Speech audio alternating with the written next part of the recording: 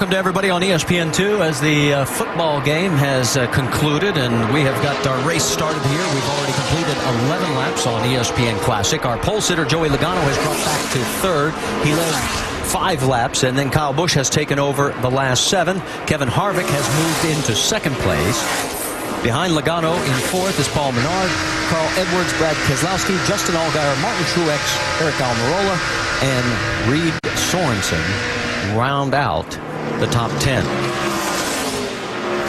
We've had 0 cautions so far.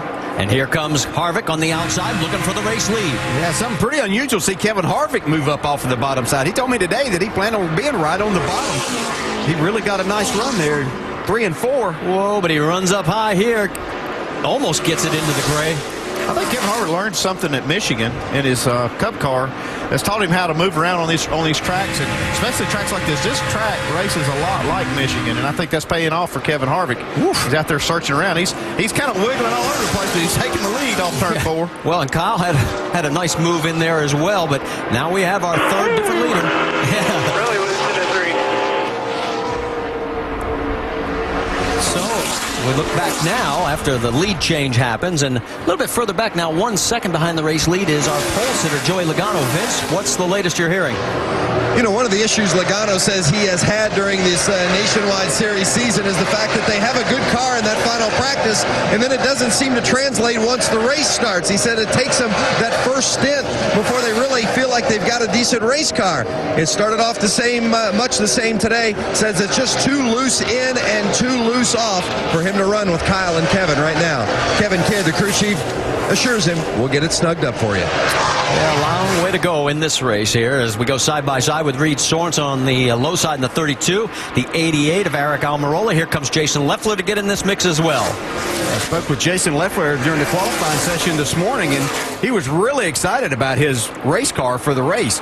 I think he thought he was going to qualify in the top 10. They didn't work much on the qualifying effort, but he really thought when they finished practice yesterday that his car was good. Check in now on the 98 of Paul Menard because he's under pressure from Brad Keselowski. That's 22 car steadily going to the front, passing inside and outside. You see him now looking outside Paul Menard. Yeah, he's really utilizing this higher side and creating and carrying a lot of momentum through the corners. You get a little bit more, even though it's not a gradual banking track, you can get a little bit more feel of banking by running a little bit higher on this racetrack, and that'll give you a little bit of grip and carry a little bit of momentum, keep the RPMs up. Keselowski's moved from his 8th starting position now up to 4th. Could be a potential problem for the 66. Stephen Wallace looks like that left front could be a little low. It could be. You know, we saw that thing rubbing earlier. Get your load up here. Get your load up. That yellow line. Doesn't look like it's flat at that point right there. Yellow line. 38. 38 is the line. Coming to you, boys. Give it back if you need to. When he gets down to his pit box, we'll go over the wall with Mark Hollywood Armstrong as here comes race leader Kevin Harvick. He'll put him 1 lap down as of right now. Your left front fender, guys. You heard the call on the left front fender. That's the view that Hollywood has. Here we go. Left front fender, 4 clear.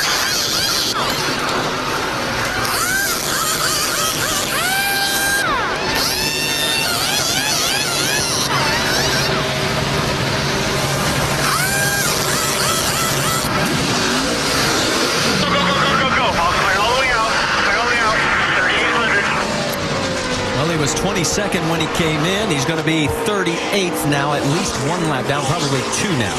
Yes. See Kevin Harvick going by him right there, so that does put him 2 laps down. So as Kevin Harvick continues to rack up the laps led, he is about to take over the 8th lap that he's led. And for all you folks on ESPN Classic, switch over now to ESPN2 because we'll be leaving Classic and finishing the rest of the race on ESPN2.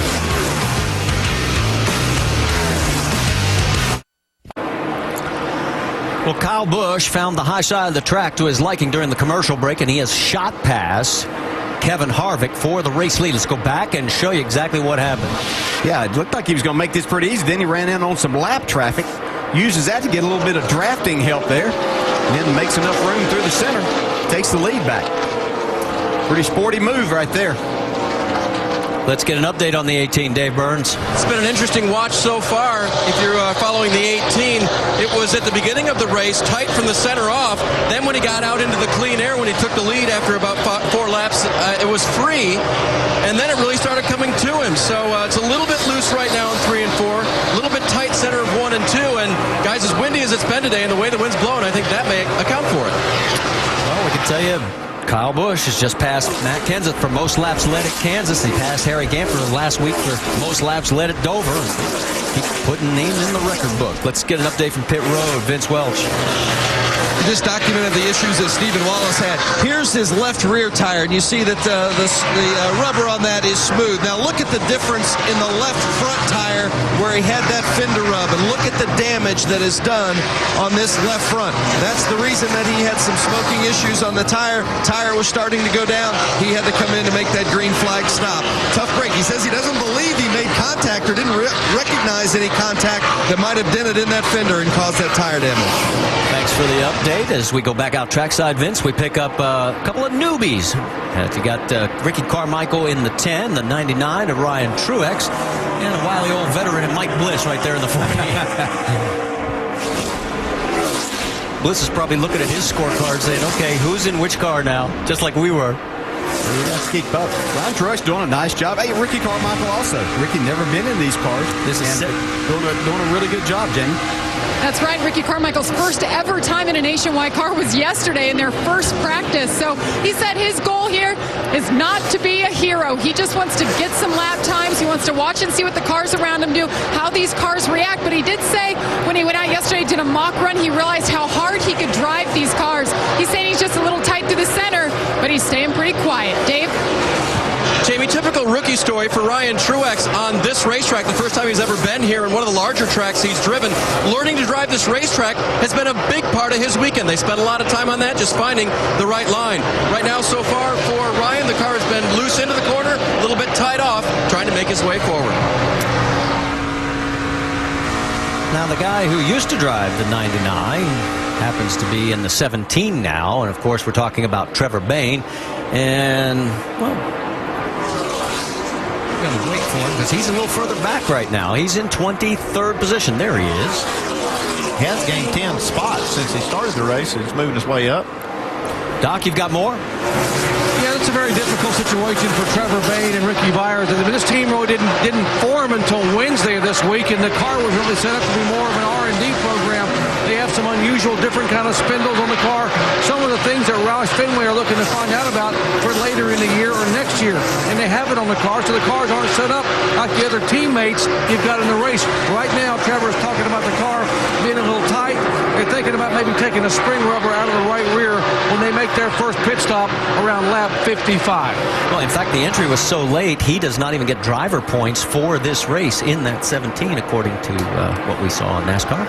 Now let's talk about the 12 and the 00. Martin Truex and Justin Allgaier. They're going nose to tail with each other. Allgaier from on board looking back. That is for 7th and 8th position. It's Kenny Wallace they're going around. Let's get you updated on some cars that have pulled off behind the wall. Danny O'Quinn, Kevin LePage, David Gillen, Brian Keselowski, and Jeff Green all out of this race. And Andrews is just currently off. Tim is not officially out yet. Paul Menard is getting closed down on by Allgaier and by Martin Truex. And guys, Menard's going in the wrong direction. He lost contact with that lead group. Yeah, and they've run enough laps now. This is probably, well, definitely more laps than anybody was out in practice. See Martin Truex's car wiggle a little bit off turn 2, but they're starting to find that they have some issues with the handling. They're starting to show up right now, so they'll be telling their crew chiefs what they need on the pit stop. Well, we saw that first run where Kyle Busch fell back, lost the lead, actually, Kevin Harvick, talking about his car being loose, and I think that's the way you really need to be to begin the run to be able to be good after we run a few laps, and now you're seeing Paul Menard fade back. Makes me think maybe he was just a little too tight or is a little too tight. They'll have to make some adjustments.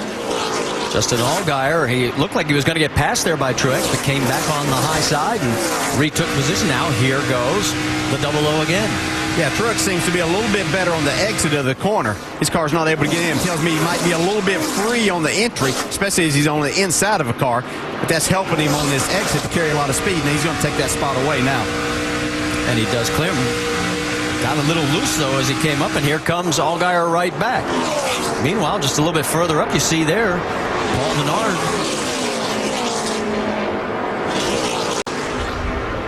Let's go back and take another look, see how loose this really was. Yeah, it didn't look that bad when we were riding along, but I think you're going to see him out of shape quite a bit. You can see the car start to wiggle there as he got back in. Woo, big slide right here. Yeah, nice job by Allgaier to give him some room.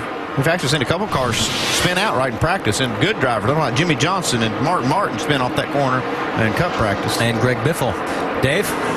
And you guys were talking about by this point they should be able to tell their crew chiefs what they need.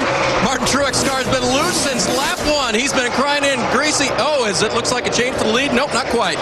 He's been telling Mark Greasy that the car has been loose since the start of the green flag, and he has been needing a pit stop ever since they got going. I'll send it back to you guys when we watch this battle for first. Yeah, because Harvick has closed down again on the 18 of Kyle Busch, and they're both closing in on the 17 of Trevor Bayne. Bayne right now, the last car on the lead lap, that is 24th position that he's trying to hang on to and stay on the lead lap.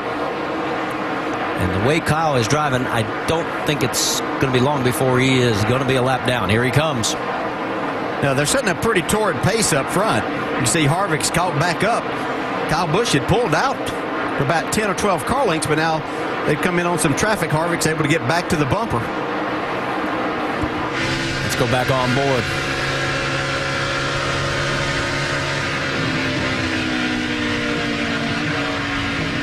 Mike Wallace in the 01. Let's go back and listen in on the 18 radio as he finally clears both those cars. The front of the car really turns on entry to center. Center, it just dies off, it feels like. I don't know why it does it. It does it both ends. You know, I can't get the power down as hard as I want, as soon as I want for exit, because it's just going to push through the front tires. What do you think, Andy?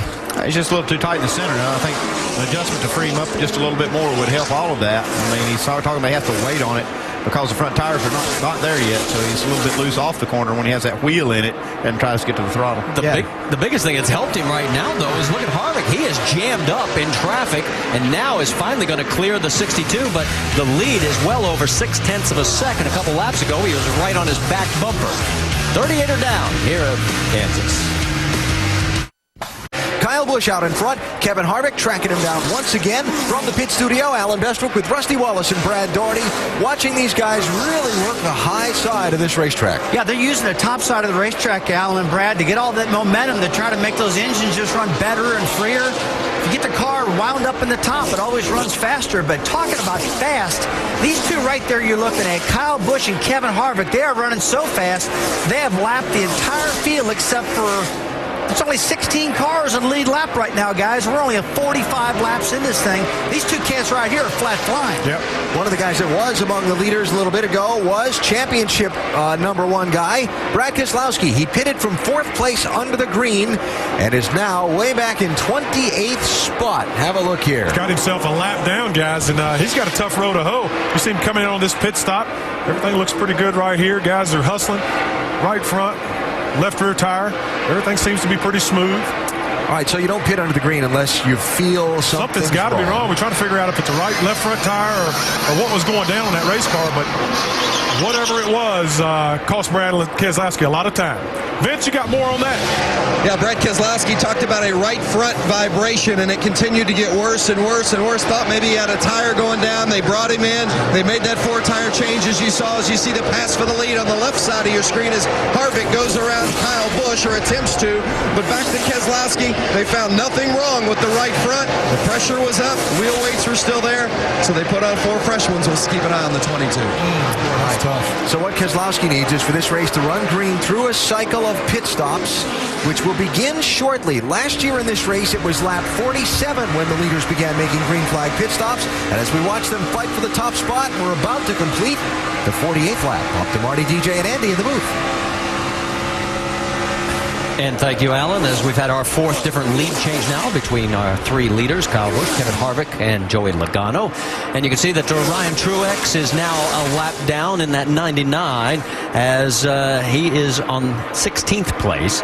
So only 15 cars now on the lead lap. We already gave you the guys that are now out of the race. Add Tim Andrews. He is officially retired as well.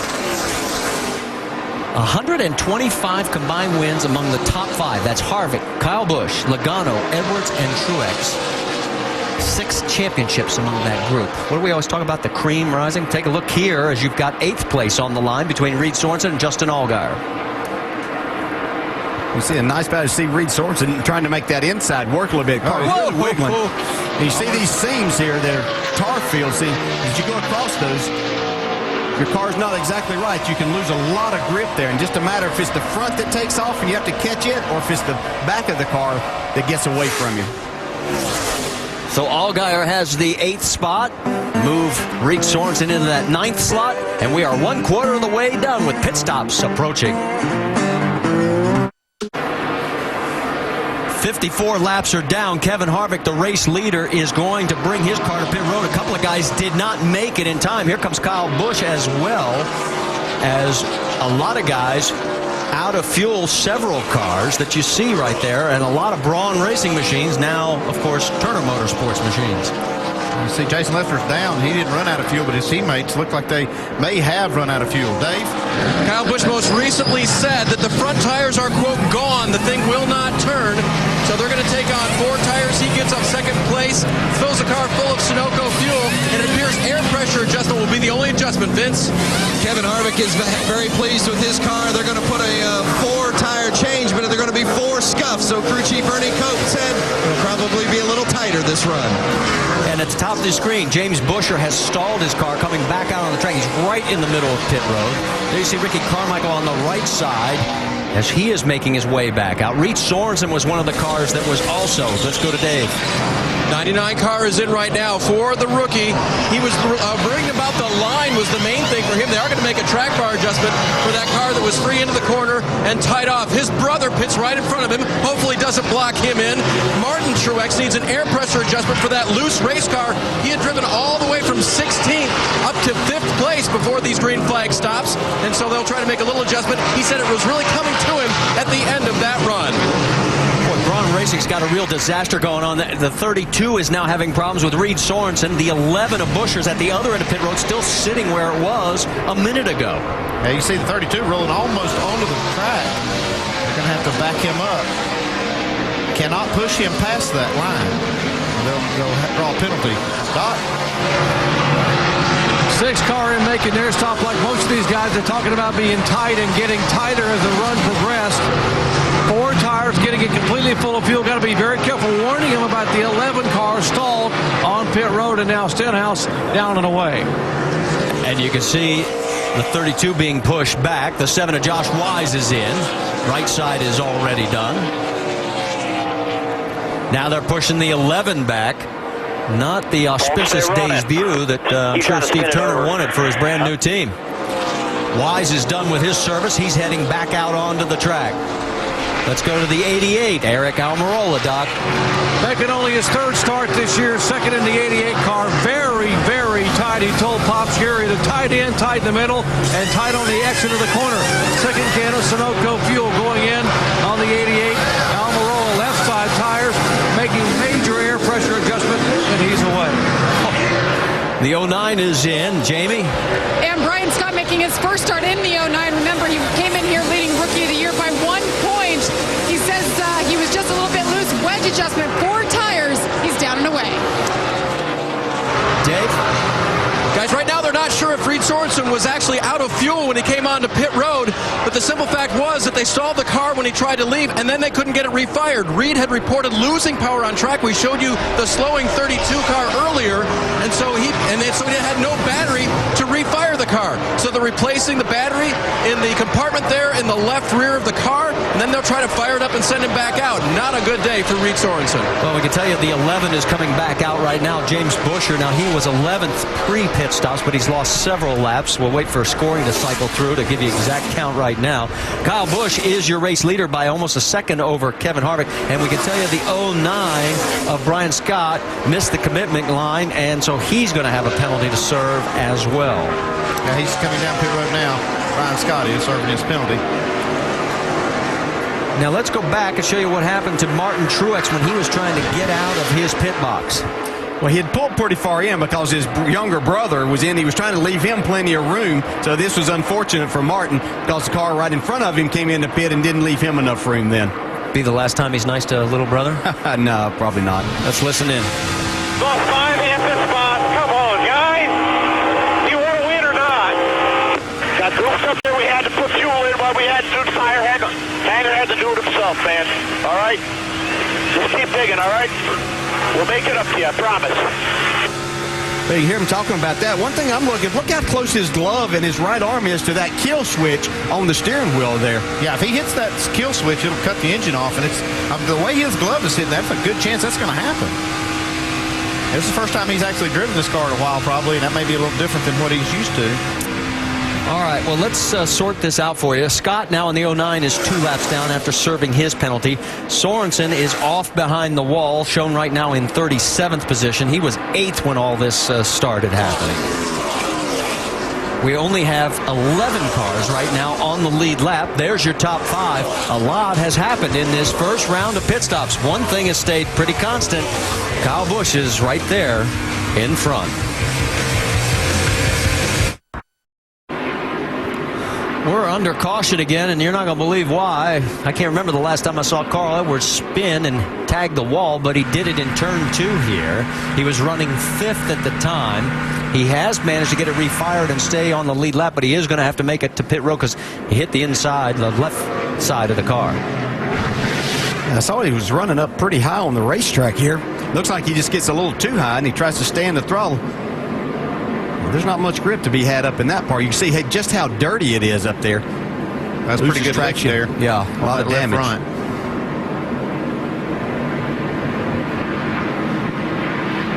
And we see some really good drivers today just spin out.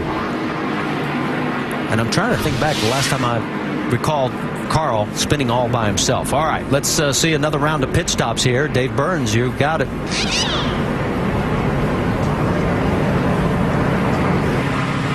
Busch is coming down pit road right now, the leader of the race. He says it's still got that turny feeling in turns 3 and 4. The wedge wrench goes in, air pressure comes out, 2 adjustments to try to get the 18 even faster. Vince?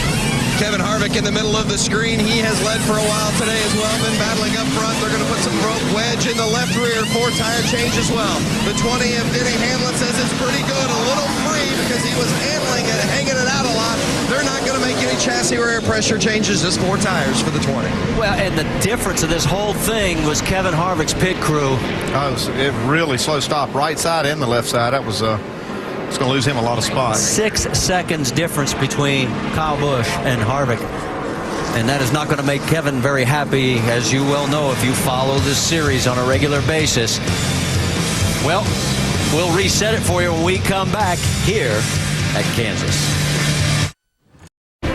After a green set of pit stops, to call your driver back in or not? The answer was yes. For some, an opportunity, this yellow flag, to catch up. For others, some troubles on pit road. We'll follow up on that story in just a moment. Kyle Busch is the race leader at Kansas Speedway after 69 of 200 laps. On the round of pit stops, Busch's team held the lead, but Kevin Harvick went from 2nd to 5th. Andy, they had a little bit of trouble. Yeah, they did, Alan, and these 2 cars are very evenly matched. It's going to come down to maybe a pit stop on pit road. Harvick's hoping for something a whole lot better than this one. You see as they come in, they got a real-time clock running on the right side. You see Jack comes up, having a little problem on the right front, quite a bit actually. See right here, 8, almost 9 seconds on the right side. A good side over there would be about 6 seconds. That's a couple seconds off, and they're also a little bit slow here on the left side. 17.8 lost. He was really lucky not to lose any more spots than he did. You can see, comparing to the fastest stop on pit road, Kyle Busch's team, they did a 12-second, a little over 12-second pit stop. Lucky Dog's going to go to Eric Almirola. There were 20 total waiver rounds. We're going to try and give you the names of at least those that got back on the lead lap. But we know that Josh Wise, Ryan Truex, Trevor Bayne, Howard Gahn, Carmichael Braun, and Mike Wallace.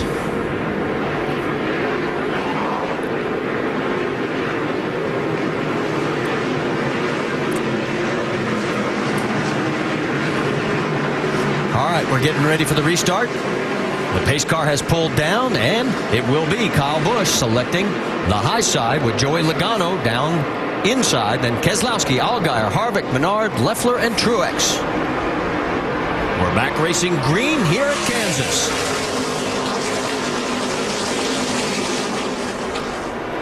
Trying 3 wide a little bit further back. That's Michael Annett on the outside, Parker Kligerman, and also the 66 of Wallace. Battle for the race lead now between the Joe Gibbs teammates. We saw early on the start of the race that Joey Logano was able to get out front for a few laps, but Kyle's able to hold him off right here, get the lead back. Kyle Busch is just amazing on restarts. He probably gets as much out of a car on a restart as anybody that we've seen in this series in a long, long time. And not just off the go, right when they get the green. It's that whole first lap. He's able to just, really hold his car wide open, maybe for a full, complete lap, and it's just hard to beat him. You see Reed Sorensen is back out on the track. He is 15 laps down in 37th position. Steve Wallace, and he's got Parker Kligerman right there. Those guys are both 1 lap down. They're fighting for the lucky dog position. Eric Almirola got the dog on the last caution. So 22 car Brad Keselowski made that early pit stop, and he got a break here with this caution flag, kind of reset with the rest of these leaders. He had a car that was really faster, actually faster than the leaders. Watching the lap times, he was catching just a little bit of that green flag run, and he had that vibration. I think Joey Logano now trying to work Kyle Busch, trying to get by. Kevin Harvick has gotten around Justin Allgaier, move Harvick up to 4th. There you see him on the right side of your screen. There is the top 5. Paul Menard right behind Allgaier in 6th. See Martin Truex there in the 0-0. He's been able to fight his way back. He'd worked his way, driven his way up into the top 5 before they had that problem on pit road during the green flags. Now he's trying to put a little pressure on Paul Menard. Give a shout out to Jason Leffler in the 8th position. You know, he won the pole for the inaugural Cup race here at Kansas, and he also had a truck pole here back in 2002.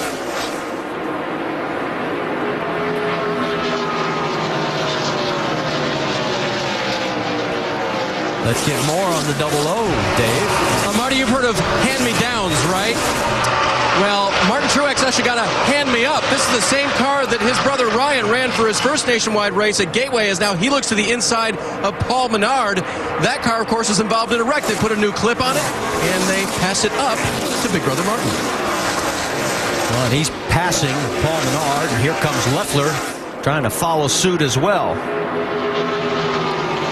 He's doing a nice job in this 0-0, and this is really difficult to do when you haven't raced in this series in a while. Trying to get the feel back just in a couple of practice sessions yesterday to exactly what you need in the car, how you drive them, being at a difficult racetrack like this. So nice job that Martin's doing. And brother Ryan, just to let you know, is running in 13th position, back on the lead lap. Debris. And we've got a debris caution, turn 4. Debris, turn 4, middle track. A big break for those waiver rounds, and Ryan Truex being one of those that all got back on the lead lap. Yeah, they were not able to make a pit stop, but they had to stay out while the leaders pitted to be eligible for that waiver round, so now they get to make that pit stop. This will be a break for Stephen Wallace also. He should get the free pass this time. He is the first car 1 lap down. Parker Kligerman was giving him all he could handle, but he held him off. And they keep running over it. Yeah, it could be a piece off of Carl Edwards' car. He had that damage from that last caution. He's, I think, the only car out there running with damage. Edwards did manage to stay on the lead lap. He's shown in 16th position right now, but our race leader is Kyle Busch. He's led a total of 52 laps here at Kansas. Welcome back to the Kansas Lottery 300, and make sure to go to NASCAR.com for all your latest NASCAR information. And also make sure to go to Goodyear.com to check out Goodyear's Support Our Troops program. There you can send a thank you message from a NASCAR driver and enter for a chance to win a 2011 Ford Taurus and other great prizes. Great crowd on hand today in this beautiful fall day. We are under our second caution for the debris that was in turn number 4. And let's get an update on the Truex family. Martin's running 6th, and there's Ryan, as he is running right now in 14th. Let's listen to Martin's radio. That worked out good for Ryan there. He's 13th now. Hell yeah! Freaking awesome.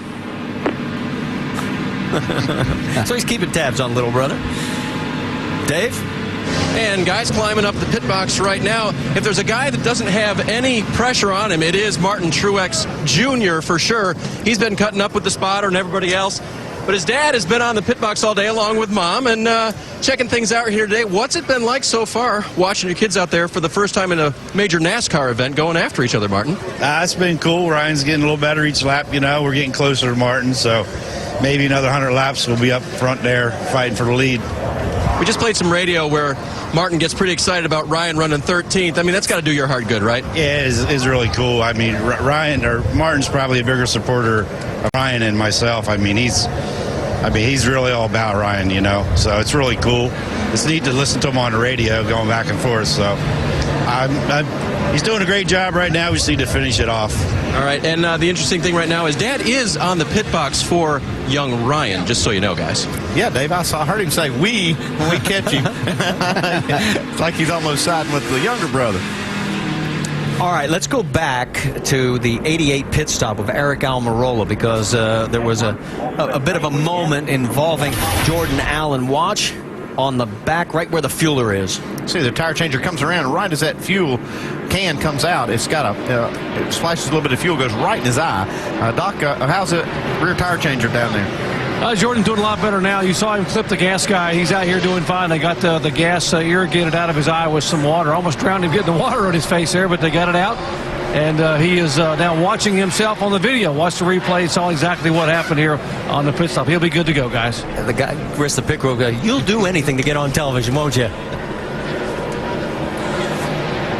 Now, remember Stephen Wallace was the lucky dog? Well, he came in now. He's shown in 21st. Let's go over the wall with Mark Hollywood Armstrong as he made this stop. All right, guys, let's give him a little service here. We're going to get a little window coat here. That way our driver can see his way to get up front. Clean the grill off. A little work on that left front fender. Fuel. All right, boys, let's go get them and have some fun. Did not change tires that time because they had taken tires just the caution prior. And of course, they want to be safe, so we still have 120 laps to go here, so want to make sure that they have plenty of tires for the end of this race. Well, they're entering turn 3. We'll be going green this time by. As we mentioned, 21 cars on the lead lap right now with Kyle Busch up front, Joey Logano, Brad Keselowski, Harvick, and Allgaier on the top 5. Let's get an update on Carl Edwards. Jamie? Hey, Marty, it turns out that Carl Edwards didn't just spin all by himself for no reason. He did have a tire going down. Now the toe is knocked out a bit on his car. He's had 3 different pit stops to fix it. He says it's livable right now, and they've managed to stay on the lead lap. We're going green, Marty. He's 20th right now on that lead lap. You're right. And the last time he did have a single car spin, back in April at Talladega. And that's the only one. Green flag flies, and here we go again. Joey comes up a little bit this time. Takes a little of that racetrack away. Yeah, he was ready to go on the restart. He was ready for whatever Kyle Busch had. Let's see. This is what I'm talking about, though. You watch how Kyle Busch runs his first lap. I don't think he ever cracks the throttle all the way around to the start-finish line, and he's going to try to hold Joey Logano down low, getting in this corner, try to get the aero advantage that you see he does right here. Man. And there he goes. And look who's in third again. Kevin Harvick, after the bad pit stop that bounced him back to 5th. He has fought his way back to 3rd. You've got Keselowski 4th and Martin Truex now in 5th with Paul Menard. And then a little bit further back, there is Almirola. He's mixing it up as well. Yeah, he's got 10-lap fresher tires, this 88 car does. He just finished for tires after taking that Trevor Bayne. Watch out. Ooh, baby. Getting awfully close to the wall. Here comes Stenhouse underneath Bayne, along with the 62 of Gone as they go 3 wide. Colin Brown says, I'm going to give these guys some room. You think Trevor Bayne sees that 99 and wants to go up there and pass him? Doesn't matter who's driving it. Whenever you have something wild, guys, watch out. Ricky Carmichael, a few cars back in this mix as they are going door to door, and they're still 3 wide. The Roush teammates, all 3 cars are together. Josh Wise there in the 7. He slides up a little bit, gets in front. Right behind Brendan Gaughan. Of course, Ricky Stenhouse has been coming on very strong in the race for Rookie of the Year. He came into this race only 1 point behind the 09 of Brian Scott. And Scott right now is 25th, 1 lap down. So I think it would be safe to say he's going to take the lead if this holds up.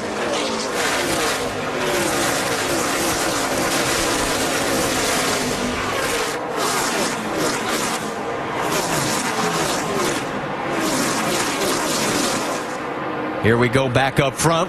Joey Logano took a peek underneath, could not get there. Now he's going to try it again, goes below the line. Yeah, a little side draft there. He's able to get to that quarter panel and slow Kyle Busch's momentum down just a little bit. See if he can make the pass here. Looks like he's got him cleared. He can keep the momentum off of turn 2. Oh, he definitely got him. Comes Harvick. Harvick's going to try and follow. Can't get it done on that corner. We'll see what happens going into 3.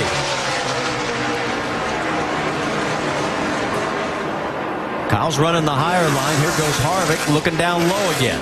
Well, this is exactly what talked about with Joey Logano. Said that they seem like they're good at the end of the final practice, and then that first run they struggle a little bit, but they make some adjustments.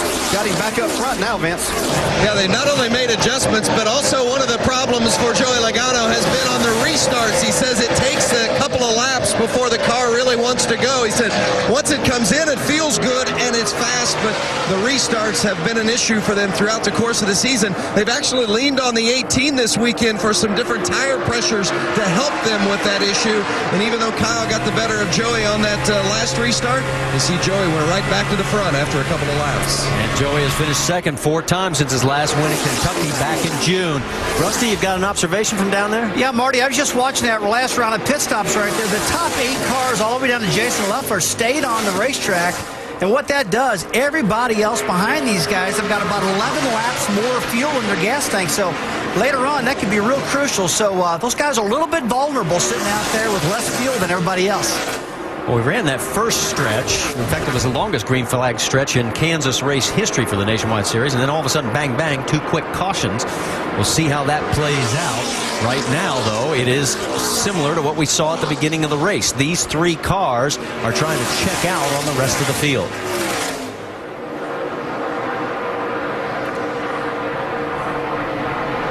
Go back and check a little bit deeper. You got Justin Allgaier in 7th, Leffler, and here comes Eric Almirola. Now he's up to 9th and closing. He's got those fresh tires, and he's making use of them. He was the first car off pit road with those tires. And right here's another pass for the lead. Side by side, Kyle Busch with Joey Logano. Kyle's got the spot. That'll be our 9th lead change. Let's go back and check in again. Leffler underneath the 12. Almirola about 3 car lengths behind. Yeah, Justin Leffler's just having a steady day here. It seems like Kyle Busch. Kyle spins. Keselowski avoids him nicely. Wow. Good. Keep rolling. Caution's out. Wow. He only lost 3 spots. How did he do that? Don't ask me. I mean, we have seen him. I wanted to feel what the bottom felt like, and it didn't feel very good. Okay. Are they all flat spotted?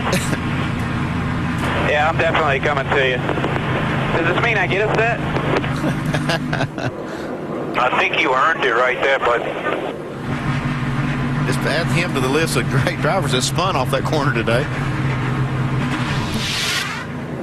Take another look, and we, like we mentioned, we saw 3 Cup cars do this today.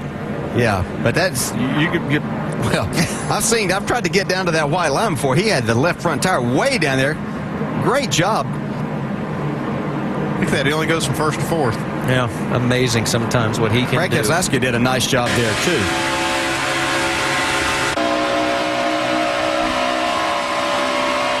Still inside on the quarter. Leader run a 38.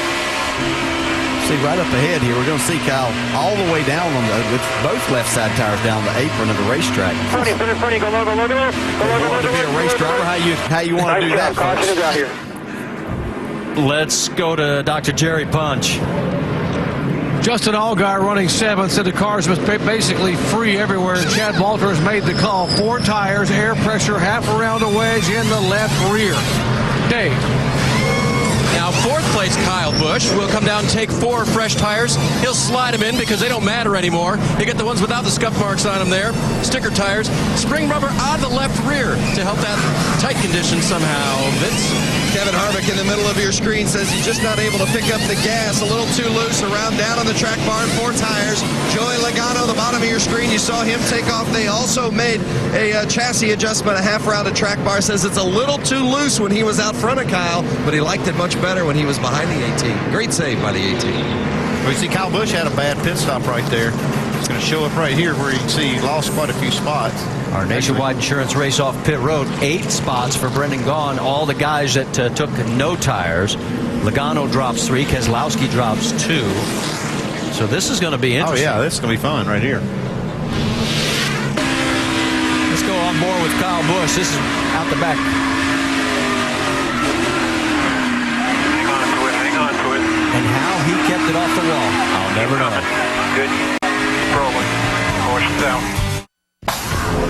Let's reset this for you because a number of cars like Menard and Brendan Gaughan, the 99, Truex, and 81 McDowell, the 16, Colin Brown did not take tires. So it's Truex, Almirola, Trevor Bayne, Josh Wise, Shelby Howard in the top 5 for the first time. This is going to be an interesting restart, guys.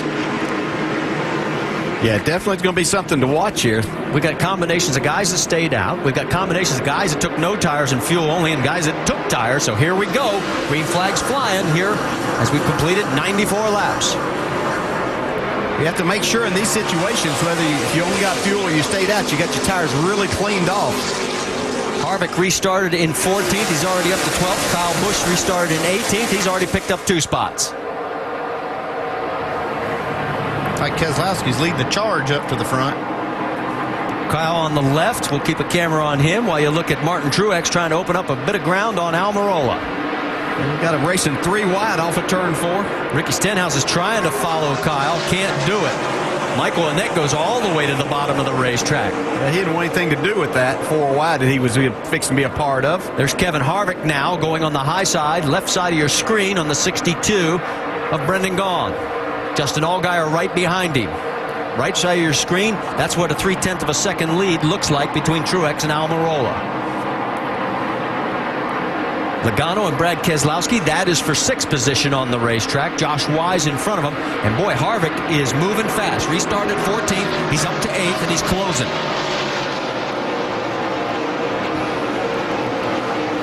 Check on Kyle Busch as he's on the low side there, trying to get around the 16 of Brendan Gaughan, or 62, I should say. That would be for 11th. Yeah, he's been in the middle on the bottom. He's going to get in a 3 wide situation here again, but in the preferred spot down on the lower side. See Brendan Gaughan gives way. See Ryan Truex in the 99 doing a nice solid job here all day so far. On the right side, Kevin Harvick is underneath Josh Wise. That battle as Harvick and Wise, that's for 6th position on the racetrack with Keselowski up there as well. He's running in the 5th spot. Paul Menard is 4th. Kyle's going to go back to the high side. Whoa, got it up too high. And drops a spot to Ricky Stenhouse. Gathers it back up. Gets back down low. Harvick right on the back bumper of Menard now as Keselowski on the right side of your screen is going to try the high line. Menard's got that 4th spot. He's got 2 guys that want to take it away from him. Now, Harvick thought he might could push the 98 of Paul Menard by, and then that could also get him by Brad Keselowski, but he thought better of it, saw that wasn't going to work, so he fell in behind Keselowski. He's going to go around Menard on the high side now. Here goes the 18 again, going to try it down low underneath Ricky Stenhouse, and again can't make the pass stick. Stephen Wallace side by side with Ryan Truex. I might have a right front going down. Inside. 60.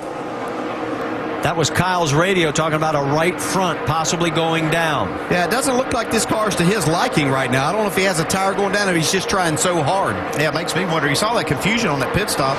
You almost wonder if they've got maybe the tires mixed up that they've got on the car.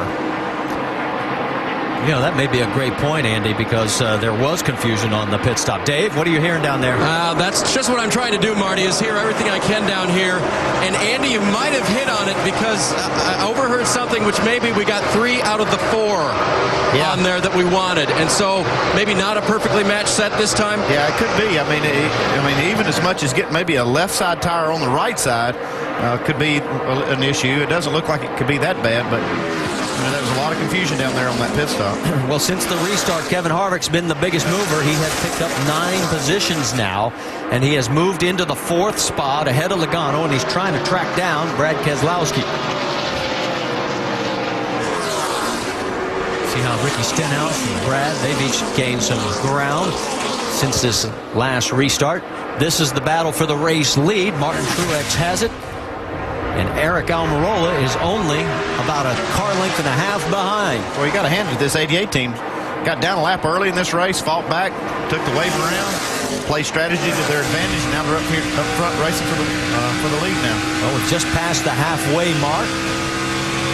And we've had a total of 5 leaders with 11 lead changes, 3 cautions for 12 laps. We have a total of 6 cars that are officially out of the race. And here goes Harvick now underneath Brad Keselowski and moving back up into the 3rd position. 17, we're hearing Trevor Bayne got high on the track, and he's going to lose several spots. You see Kyle Busch going by, so move Kyle up to the 11th. Oh, man, they got close right there. Something's wrong with that 17. He's trying to get down on pit road and just about got run over. And he has made it while all that's going on. There is the 17 of Trevor Bayne. Doc? Right front damage.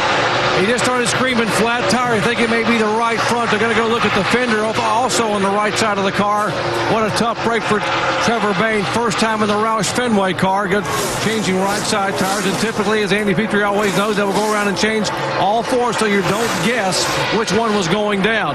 Trying to pull the right front fender out on the 17 car. A tough one here for Trevor Bayne. Marty? He had gotten back up to the 6th position, Doc. He's now gone a lap down here as we have now a total of 21 cars on the lead lap. Truex really sideways. He's driving this thing for more than what it's worth. Really getting a lot out of this car, but Eric Almirola is taking advantage. Now his car's a little better. You see Harvick here ready to strike, go back to the very front. Eric's tires are 10 laps fresher than Martin Truex. Kevin Harvick has got fresher tires than both of them. Yeah, he's got fresher tires and probably a little bit better car. Harvick's had one of the top 3 cars all day long. Let's check in on Justin Allgaier and Jason Leffler. That's the battle for 7th on the racetrack. In fact, Wise, Allgaier, and Leffler, 6th, 7th, and 8th. Got a lot of nationwide regulars right now running in the top 10. And here comes Harvick. He's getting underneath the 00. Here comes Logano as well. So you got the top 4 right there in your screen with Eric Almirola in front. I don't think he's going to be there for very long now that Kevin Harvick's cleared and got himself in the 2nd spot. He seems to be able to pass inside, outside, just wherever he wants to take this 33 car. See this run that he's getting off of turn 2. Wow, what a run. Well, remember, his tires were changed back on lap 91. Our race leader, Almirola, changed tires back on lap 78. And he is shot to the lead again. So Kevin Harvick, who's led 17 laps so far, is going to be the new race leader. And Almirola is boy, you got a lot of traffic there. Look out. This is the 13 of Jennifer Jo Cobb that everybody was trying to dodge and weave around. She's 35th, a total of 5 laps down. Okay, you heard Andy almost fall out of the booth when the 17 was getting pretty interesting there. Here's what happened when that tire. Keep looking up front. There he hit the wall. That puts him in a position of kind of running wounded here for this next lap. He's going to try to get to the pits. He did make it, but as we mentioned, he is a lap down.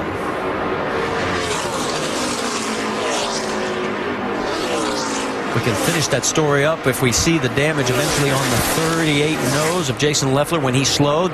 Jason did get into him momentarily. All right, so there is Kevin Harvick with a 4/10 of a second lead over Almirola, and here comes Joey Logano trying to take over the 3rd spot. Into the second half of today's race, here's our 5-hour Energy Rapid Recap. Joe Gibbs Racing started on the front row for a 2nd straight week and a 6th time this year. Joey Logano led the first 5 laps, then Kyle Busch went out in front. The race ran for a long green flag stretch till a very chaotic first set of pit stops. Yeah, James Busch, 11 car, lost power. They had to push him back. He's on pit road, and then his teammate, Reed Sorensen, loses power also. He's got to push him back, so the Steve Turner Braun Racing team, whatever you want to call it, is having big problems right now. Yep. That's Martin Truex having to back up, get around a car in front of him. First set of pit stops, very chaotic in this race. Rare trouble for Carl Edwards. Yeah, we've got a really cool racetrack, not a lot of grip. Carl's up high, trying to run that high line, just gets in the dirty stuff, turns it sideways, slaps the left side, and knocked himself out of contention thus far, but still trying to work his way back up the leaderboard. On the lead lap in 17th position, Kyle Busch leading just shy of halfway. Yeah, he pulls a spring rubber out of the left rear of the car, makes it real loose, but he dumps the left front below the white line, de-wedges the car. We got a caution on the racetrack now, guys. See Kyle coming in and had some troubles on his pit stop. Watch the tire carrier. Very slow getting over to the front of the car. Some confusion on the 18 team that dropped Kyle all the way back to 17th at the time. He worked his way up to 8th under the green flag. Though not terribly happy with his car, until this yellow flag, you see Morgan Shepherd heading behind the wall with smoke trailing from his car. That's the cause of the debris caution, the 4th yellow of this race. It comes out with 84 laps to go, and erases Kevin Harvick 7/10 of a second advantage over Joey Logano. Here's what happened. See Morgan coming off the corner there, and it looks like the bottom end just came out of that motor. That's all she's going to road. You know, these things are wound up so tight. Everybody's running so hard. Like I say, it's cool air that make a lot of horsepower.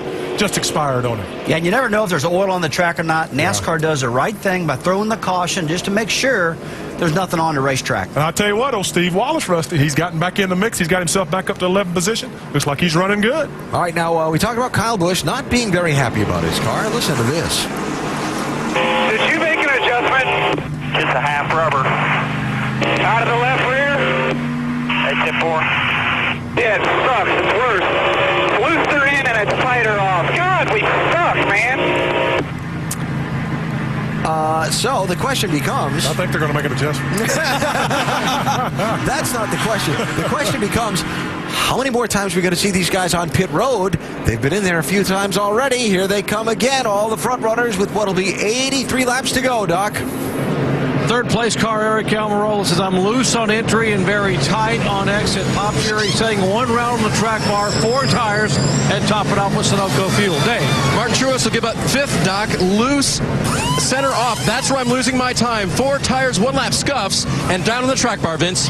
Kevin Harvick really didn't want to have to pit here during this yellow. They're going to put their scuffs on those 12 lappers from earlier in the race. 4 tires, no other changes. The 20, Joey Logano says he's tight behind other cars, so they're going to make a slight air pressure adjustment, and they're also putting on those 12-lap tires. And our nationwide insurance race off pit road. Little strategy. Well, I'm starting to be concerned that a lot of guys are out of tires right now. There's been some cautions, and yeah, a little strategy, and that stays out. Steve Wallace stays out, just a little gas, no tires. So good strategy play there. And Kevin Harvick losing 2 of those 3 positions because of the strategy of others, so better stop that time for Harvick's team. 83 to go. Yeah, we'll have a new leader when we go back to green here at the Kansas Speedway after another strategy session on pit road of this very fast 1.5-mile track. All right, let's check in on the 88 of Eric Almirola, as he is shown right now in the 10th position. Let's break down his pit stop. Yeah, this team moved their way up, have worked their way up to the front through strategy and some good luck. You see right here, they're making this 4-tire change. Watch real time on the clock. Right here, having just a little bit of trouble on the right, not too much. Making a chassis adjustment, that always costs you a little bit of time. Back over on the left, they're having a little more trouble. Looks like on the left front, getting the left front tire off. See that? 16.9, that's going to cost you a few spots. And now we'll compare his stop to the fastest 4-tire stop that time, Joey Logano, 13.2. You can see where it all kind of shows up a little bit on the right side, but most of it on the left side. That 3.8 on the left is usually about what a good pit stop will be over there. All right, let's clean up some laundry because we got 2 penalties. The 00 of Martin Truex was too fast, so he is going to have to go back to the back of the longest line. The number 12 of Justin Allgaier had a tire outside the box. They too will start in the back. And let's talk to our in-race reporter, Martin Truex. He may not be real happy right now. Hey, Martin, DJ, you got me? Got you, Dale. Hey, looks like you've been battling that thing, but battled up in the top 5 and even to the front. What do you got? Yeah, we've been fighting hard. We've made a few mistakes today.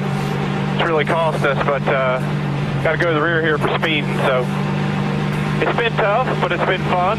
And our Al Pancare car's running real good. And I see little brothers back there doing a nice job. So just going to have to work to get back to the front here. We're going to run out of laps, I'm afraid.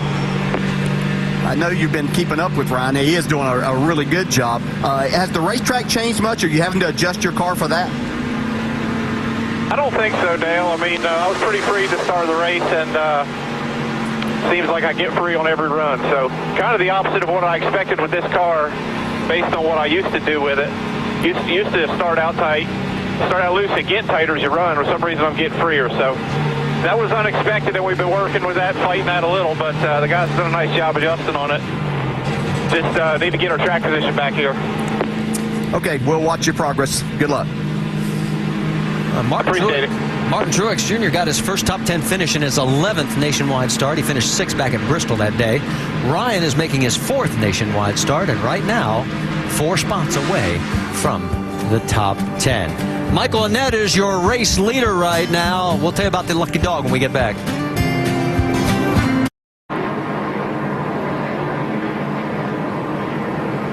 Welcome back to the Kansas Lottery 300. Make sure to go to NASCAR.com for all your latest NASCAR information.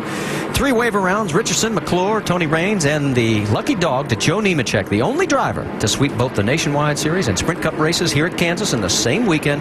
It was back in 2004. It was his last win in each series, and that gives us a total now of 22 cars on the lead lap. It's going to be Michael Annett, Stephen Wallace. They took fuel, but no tires. They're up front with Logano, Harvick, Keselowski, Wise, and Kyle Busch. That's your top 7. You waste any time getting 3 wide.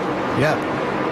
Joe Logano down to the inside. Harvick trying the high side. Let's see if he's going to try to go to the outside of Michael Annett on out of turn 2. They're going to split him right here. Annett trying to hold on, but without those fresh tires, he's barely hanging on. Here comes Wallace, though, back, and Annett gathers it up. Logano goes to the high side. Look at Stenhouse going to try and make it 3 wide, a little bit further back. Josh Wise there in the 7 car right in front of Kyle Busch. He's done a nice job all day. Keselowski to the apron. That is legal here. There are no out of bounds. Still got 3 wide right there, and meanwhile, Kevin Harvick pulls out about a 3/10 of a second lead over Joey Logano. Keselowski is 3rd, and that's now back to 4th. Josh Wise, he's got Kyle Busch coming up underneath him, and Stenhouse on his high side. See if Kyle's able to make any progress here. See, just not able to get by Josh Wise there. Here comes Ricky Stenhouse back on the outside. Paul Menard coming up to take a spot away. Yeah, Menard on the high side now. And he's going to go and take the spot perhaps away from Kyle Busch. They're still side by side through the corner. Yeah, we know that Kyle didn't like the last adjustment they had made on his car. I don't know how much of it they were able to put back or something that they did. Like he got down into turn 3 last time and got his momentum really broke down to the bottom side. You can see he's moving back to that high side, see if he can get something going again. Eric Almirola right up underneath the 66. They got loose. Oh, and Leffler goes around. Don't know if he got help. He's through the grass. Caution is back out. I wonder if that was one of those chain reaction things, because you saw how Stephen Wallace had to get out of the on the bottom this time. Things all over the place up here. So now our 5th caution flag of the day. And we now have 74 laps remaining. And after having a really nice long run stretch, well over 65 laps before we had our first caution, we've had bang, bang, bang recently. And speaking of bang, he gets into the back of Steven right here. Steven does a good job not to crash. You see all these cars trying to dodge him. You see right there comes Jason Leffler. Really didn't look like he had anybody around him at the time. Looking at the back of the car. He was just fighting his car some. Keep an eye on the upper right of your screen.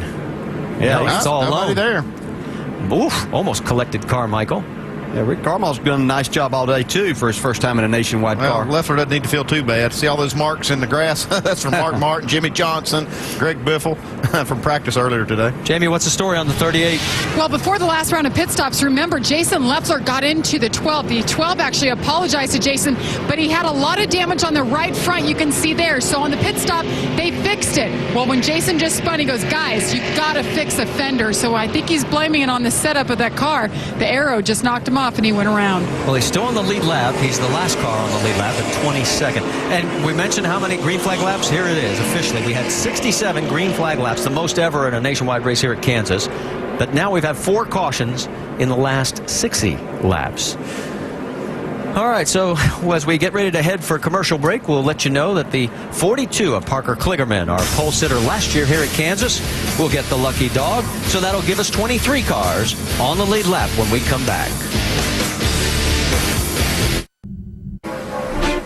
Some interesting little wrinkles to the story of today's NASCAR Nationwide Series race here at the Kansas Speedway. Kyle Busch involved in a couple of those wrinkles. A little mystery as to what exactly happened on a pit stop a little while ago for the 18 and where he stands with his various sets of tires for the rest of this race. While we're under the yellow, let's check with Dave Burns. Can you clear this up for us, David? Well, I hope so, but here are the facts. Remember, I reported under caution a little while ago that there was perhaps 1 tire out of 4 on that one pit stop that was mixed up. This is a powwow going on right now between Jason Ratcliffe there on the right, his tire specialist Jason Clements on the left there.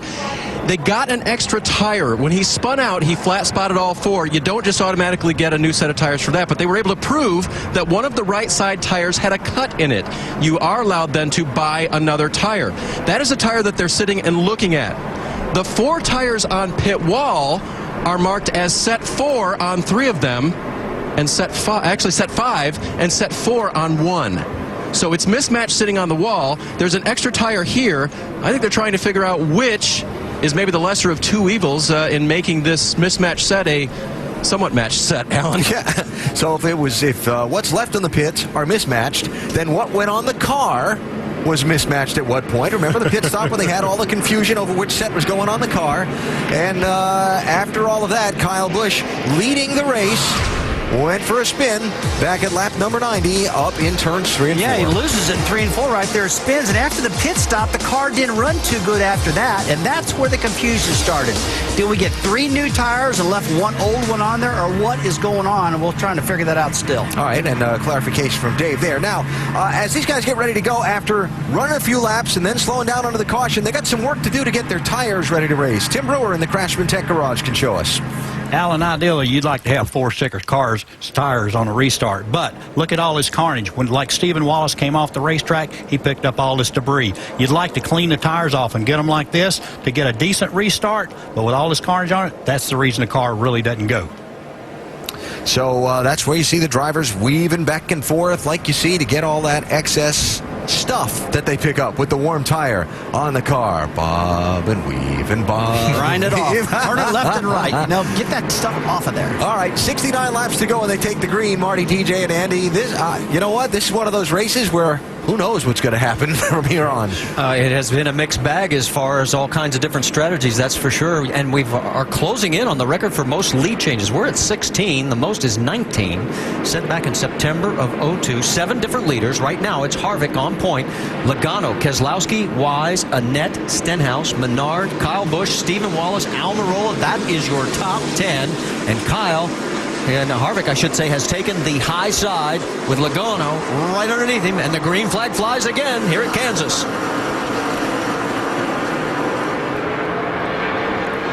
Joey Logano did a great job anticipating that start.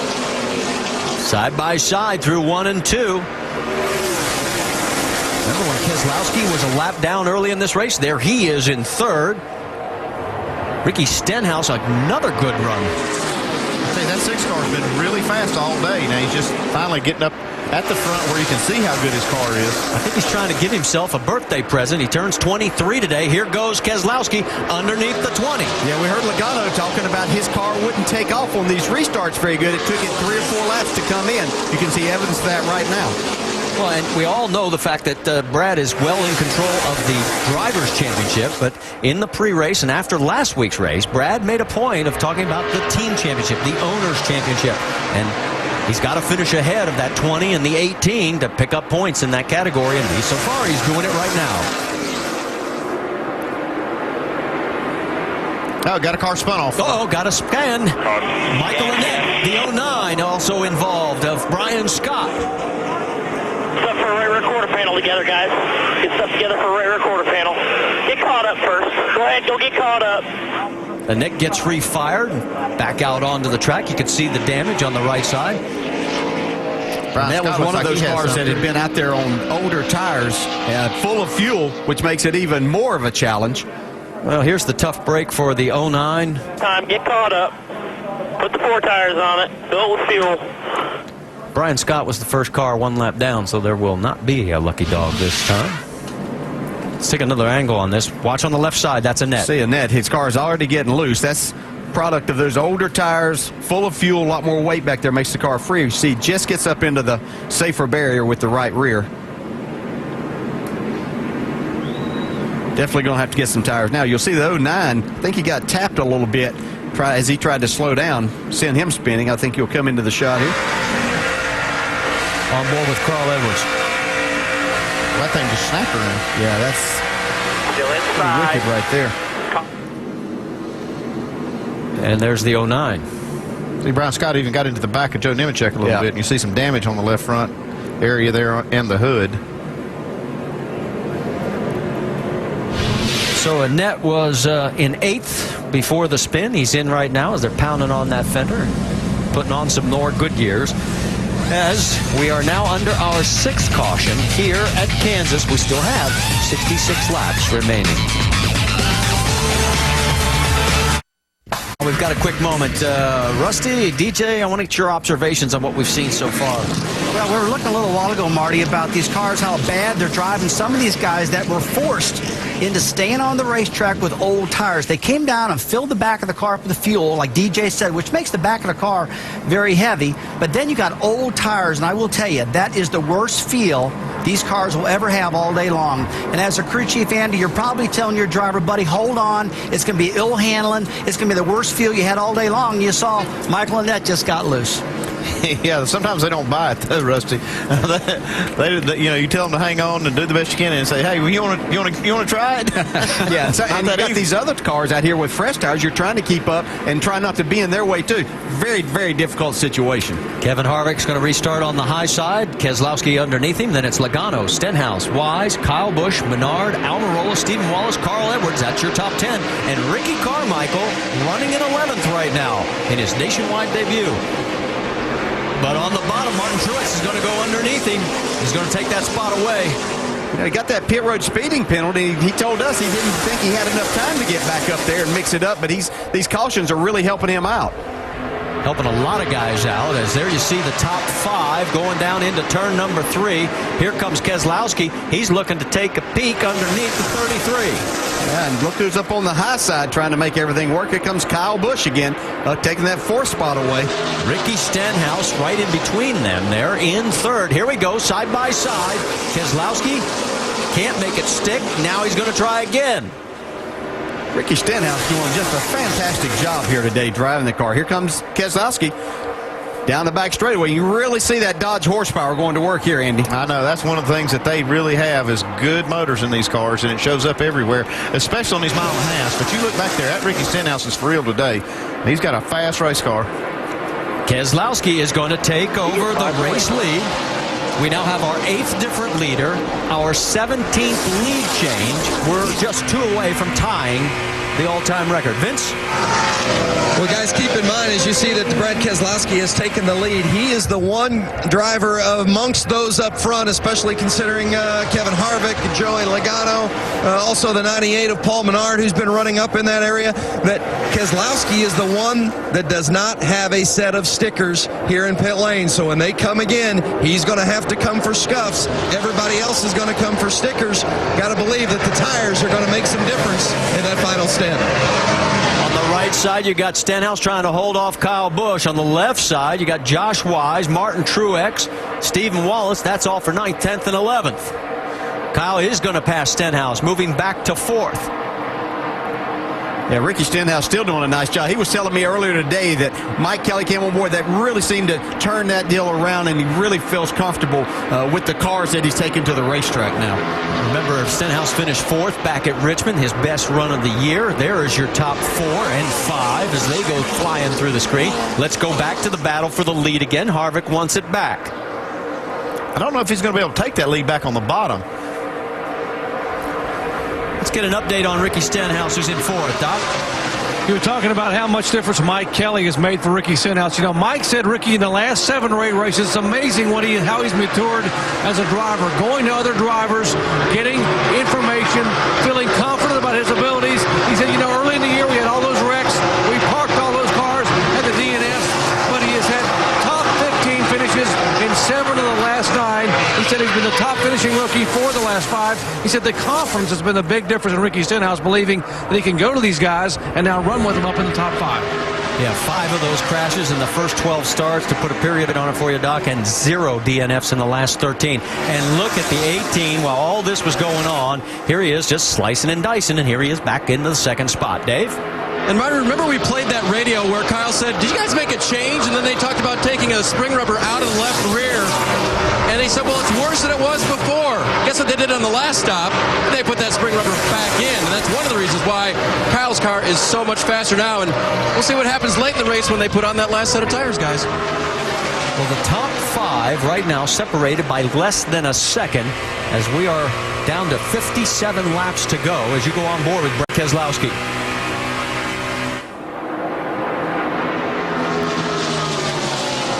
Go a little bit further back. We mentioned Ricky Carmichael restarted in the 11th. He has dropped back to 14th, but in his Nationwide Series debut, I think you'd have to give him at least a B+, if not an A-. I'm impressed with his run today. I didn't know what to expect out of him, but he came here. Looked like he had the right plan about what he wanted to accomplish today, and it looks like he's pulling it off, Jamie. He was. He was very serious about it, Andy. He said, I'm not going out there to be a hero. I know what I'm capable of, and I just want to learn. He has been battling away, but he says, guys, this car is good now. We've adjusted the right way. Takes a few laps to come around, but it's getting good. And, guys, he moved his way all the way up to 11th, so keep your eye on this 10 car. He just may end up in the top 10 before this race is over. Meanwhile, the battle up front, Keselowski has managed to pull away from Kyle Busch. A little bit further back, Joey Logano's gotten around Ricky Stenhouse, bumping him back to the 5th position. So there's your top 5 after 145 laps, and they're literally less than a second apart.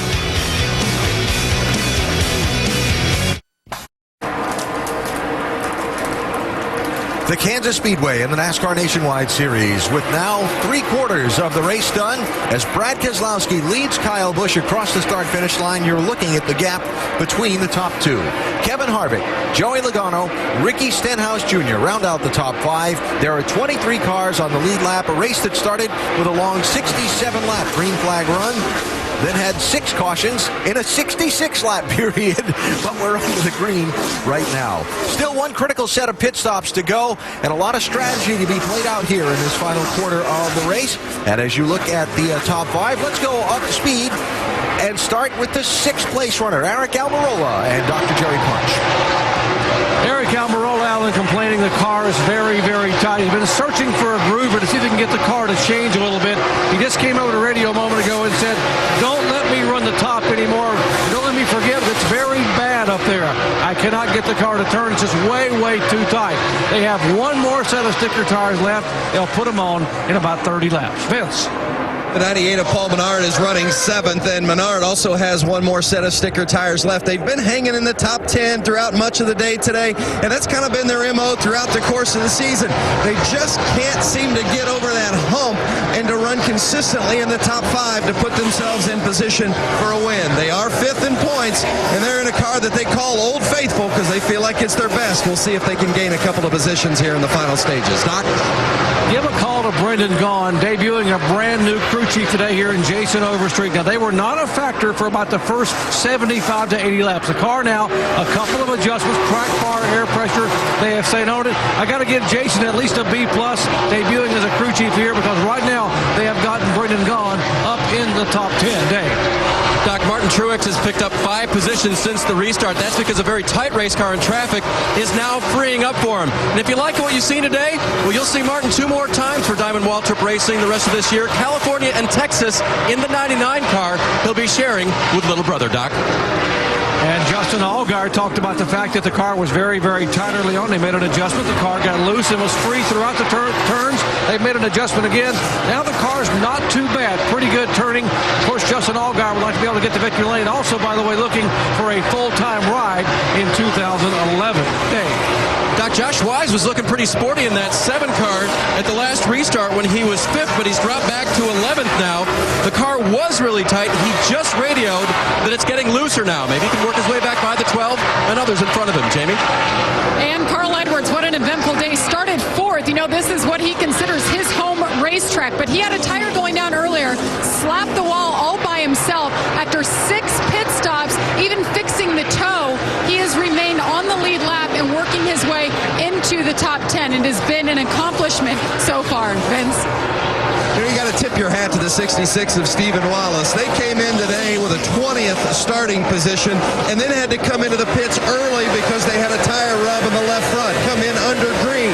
That put them behind the 8 ball early on, and they've continued to drive their way forward. He's up to 13th now. On the last stop, they made a bit of an air pressure adjustment to help snug it up a little bit. They had a really good practice on Friday, felt pretty confident coming in, and it's been a good run for the 66 as they've recovered, Jamie. And it's been a great run for the Monster Energy car. Just behind him of Ricky Carmichael, the winningest rider in motocross and supercross history. Of course, this is a sponsor that's come with him through the ranks. He's been racing the Truck Series this year and, of course, last season as well in his rookie year. The car is getting better. The driver is getting better as the laps go on. His first time ever in a nationwide car. Now, behind him, Jason Leffler. He had one hot rod early on, but a little bit of damage on that right front fender has just knocked his day off. They think they have that damage fixed right now. The car not behaving as it was, but it is getting better as he tries to march toward a top 10. Doc? Behind him, Colin Brown being shown in 16th position. Colin, of course, the shuffling of race cars this week. This car wasn't supposed to be on the racetrack. The car he was going to drive being driven today by Trevor Bain. But a pretty good job adjusting track bar, wedge, air pressure. Colin now climbing back up toward the top 15. And oh, by the way, the crew's been joking with Colin all day because this morning he parked his car in the driver's parking lot without a pass, and he got it towed. They said, don't let that be the only car you get towed here today. All right, Doc, Colin Brown, again running back in 16th position, and there are 23 on the lead lap. Couple things focusing forward toward the end of the race. Caution flag comes out, everybody's on pit road, right? Everybody's on pit road, that's right. What happens if we don't see the yellow? When are we going to start to see some of these front runners hit the pit lane? Lap 175, I'm looking for everybody about another 17, 16 laps before everybody's on pit road. And according to my numbers, I got a bunch of them down here, Brad. That's when they should be in. I'm looking at your paper. You got numbers everywhere, but that seems to be about right. About 175 to 177, we should see these guys coming down pit road. Andy, what's your paper look like up there? Because I'm telling you, Rusty's he's carried the one a lot here down here. Yeah, I think he's not too far off. I think they may be able to stretch it just a little bit farther than that, but it'll be in that range. And we had some of those cars that made pit stops there with about 65 to go that can stay out, and some of them may be able to make it. I don't know that if there's enough good cars out there that can make it. There may be one or two. My question to you then is, do you want to be one of the first to pit? Well, okay, then the caution comes out. Huh? Then what? Yeah, both these guys aren't racing for points, and Brad Keselowski's got a huge points lead.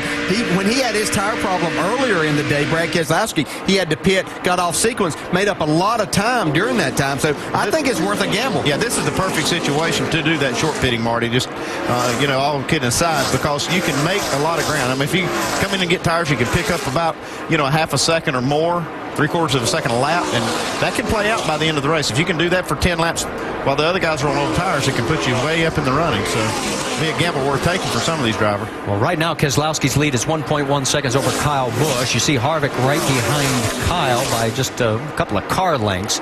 Then it's Joey Logano and Ricky Stenhouse Jr. rounding out your top 5, with Brendan Gaughan and Eric Almirola 6th and 7th. And this is really the first time this race has calmed down in about the last 75 laps. I mean, and that's what I'd be looking at on the pit box as a crew chief. What's the race looking like right now? Does it look like it's going to go green? You see a lot of cars kind of spread out. You don't see a lot of hot spots out there where you have some young drivers maybe racing each other real hard. And then you can make that decision. I think what I see, I think I like. I'll just make that early pit stop and see if I can't turn that into some time on the track.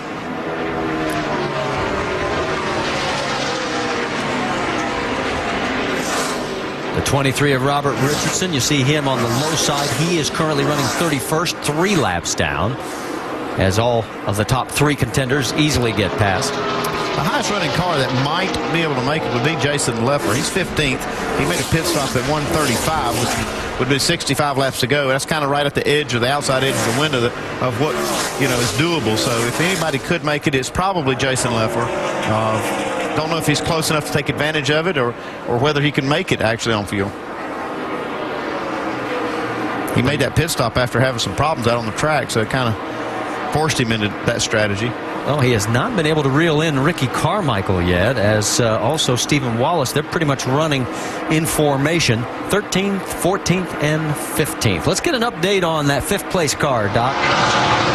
Yeah, guys, Ricky Stenhouse, what a great run he's had today. And, we talked about fuel mileage. Mike Kelly just told me they're about 6 or 7 laps short of making it, but they think they may be getting better gas mileage than they thought earlier. So they're just going to hope that they can roll the dice and maybe stay out there. If they get a caution flag, stay out and maybe steal one. After all, by the way, it is our driver's birthday. It would be a nice birthday present if we can hang on and get him a win here in Kansas. He'd have to go about 83 laps, though, to make it to the end. That's if he does it, I'll be impressed. I think everybody would be. Basically, also what we saw in the first green flag run. His last pit stop was lap 117, so he's got quite a few more laps he'll have to run than Jason Leffler would. That's our new Chevrolet. On board there with Brad Keselowski. He is making his way around Jason Keller. An article earlier this week from Jason, he was talking about, why is everybody always talking to me about being so old? He says, heck, Greg Biffle and other guys are older than me over in the Cup side. And he made a great point.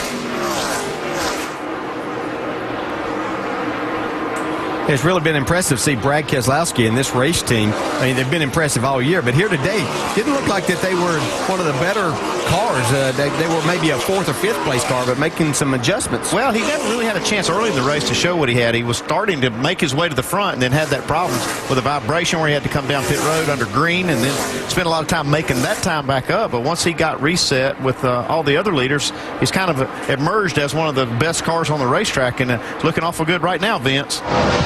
That's exactly right, Andy. And Brad just came on the radio and he said, it's really pretty good right now. He said it's a little bit free, but nothing I can't handle. I think it's very important for this team. They felt like coming into the race that their issue was going to be rolling through the corners. They didn't feel like they could carry the speed through the corners. They've not really had that problem today. 22, very happy right now, Dave. The guy chasing him is Kyle Busch. Like most everybody else, he most likely will be just a few laps short on fuel. They have not started talking about that yet. What they have started talking about is working on the race car. We still need to work on it, was the crew chief to the driver. The driver said, definitely don't free it up. So you get the idea that Kyle's car turns well enough right now. Maybe something else that Ratcliffe has up his sleeve to make it a little bit quicker. Andy, we were talking about Ricky Stenhouse Jr. a minute ago, and you were talking about 83 laps of fuel to the finish. Let me just throw this in, because I've been watching Rusty carry the one. 13 laps of caution since they fueled up. Is that enough to make it 83 laps? Well, that would give you about, optimistically thinking, about 6 laps of green flag running. So let's just say they felt like they could run 65 laps. You add the 6 laps to that. I mean, you're talking about, so, yeah, it doesn't add up to me. I don't know how he's going to do it. So the numbers aren't working no matter how many you add, subtract, or otherwise. Tell Rusty to fire a calculator, see if it works for him. I don't know how to operate it, man. I'm using my pen. I'm still showing you can't make it. At least 10 laps short. That's what I'm saying. Well, while you guys finish up with the calculator, Kyle Busch is doing his own calculation. He says seconds better than third, and he goes around Kevin Harvick. That's Shelby Howard also getting past. He is 1 lap down in 23rd position. Harvick's car looked like it's really working well as these tires get some more laps on them. That's the one thing that that might see him try to stay out there. If the rest of these guys don't start coming to pit road, he feels he can gain. We saw this earlier in the day whenever he really made comeback on those last laps of the long green flag run. So see what he can do in this time. You got to think about starting about right now. If you're going to do that short pitting strategy, the next 5 to 7 laps you need to be on pit road. How about the battle for 10th place? You got Justin Allgaier in that spot. Josh Wise would love to take it away. 2 nationwide regulars. Well, at least for Josh, it's his last time in this 7 car. Danica Patrick takes it over for the rest of the year. Andy, you're talking about this, if you're not going to get in here, just like you said, in the next few laps, then you're throwing that strategy out. And I'm sure most of these crew chiefs are probably thinking, we see so many cautions within those last 25 or 30 laps that they're really counting on that. Tell you what, if these guys got to start hitting pit road this late with all the pressure on them, I'd be worried about pit road speeding penalties. I'd be talking to my driver, saying, okay, man, you've come this far all day long. Don't screw it up now. Don't speed on pit road, and hope that doesn't happen, but it's got the potential. Yeah, this is where you got to execute perfectly. You can't go too slow either to coming down pit road, or you can give up too much time. See a great battle right here with Josh Wise and Justin Allgaier. Yeah, he's taken over the top 10 spot, but here comes Allgaier wanting it back. Side by side through turn 2 now. Josh Wise trying to make the most of this last opportunity he has in this 7 car. He's really done a nice job all day. Every time he's been in this car, he's given it a really good ride. Coming this time, bud. Right around the corner here. Right around the corner. 4,000 seconds. And that's Justin Allgaier's radio, so he is going to peel off from 11th. He will be the first to come in under this green flag situation as the battle on the right side for second continues. They are 1.4 behind Brad Keselowski. Let's send it to Doc. Final pit stop for Justin Allgaier. They do have 4 sticker tires. Actually, 4 sticker tires they're going to put on the car. And they almost didn't get the hose to go around the car to be able to get the tires off. He's so far out in the pit box. Left rear wheel finally coming off. They put it on, top it off with Sunoco. Whoop, he stalled the car. He tires it down and away. That's going to be costly. Errors on pit road. Rusty, you brought it up. There's the first one. You need to be perfect because you know that 18 team's probably going to be perfect. Yeah, anything that the tires may make up for, you kind of gave it back right there by stalling the car. And Carmichael is also coming down. Let's send it to Jamie Little. Well, as I've been saying, he is so happy with this race car, so I don't know if it's just because he doesn't know any better or if it feels that good. So he said, don't touch it. You saw him pull a tear off his windshield. 4 tires, they're going to put just enough fuel in it to make it to the end. Here comes the 33 of Kevin Harvick, and remember, Harvick does have that fresh set of sticker tires. They've had a couple of issues with pit stops earlier today. Now is the time where they've got to be spot on. Looks pretty good on the right side, moving over now to the left. The sticker tires, is that going to make enough difference? Because Keselowski, who you see coming in on the right side of the screen, does not have stickers. He's going to have to go to the scuffs. Keselowski says he's just a little bit free. We're going to Dave Burns. Dave? 18 of Kyle Busch coming in following the 22 down pit road.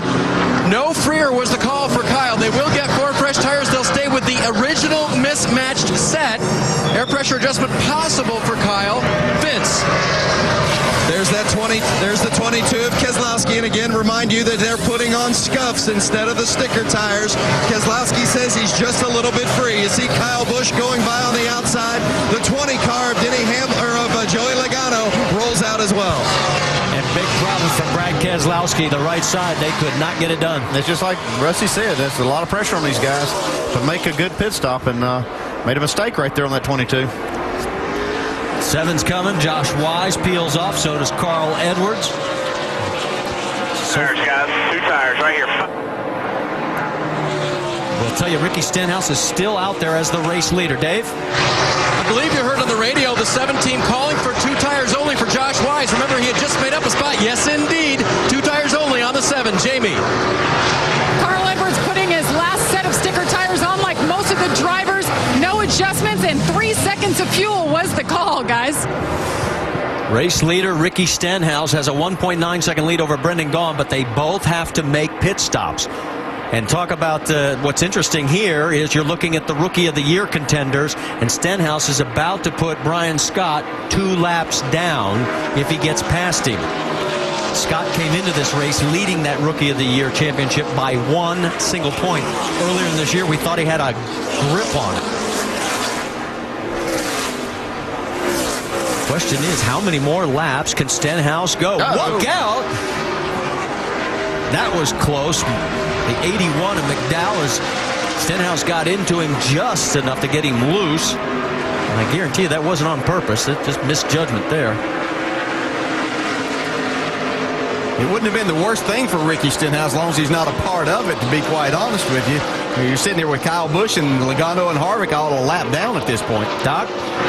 4 tires for Colin Brown. He is away and going by him now. Oh, almost contact with Brendan Gaughan, who comes in for his final stop. They will put 4 tires on Brendan Gaughan's car, top it off with fuel. 88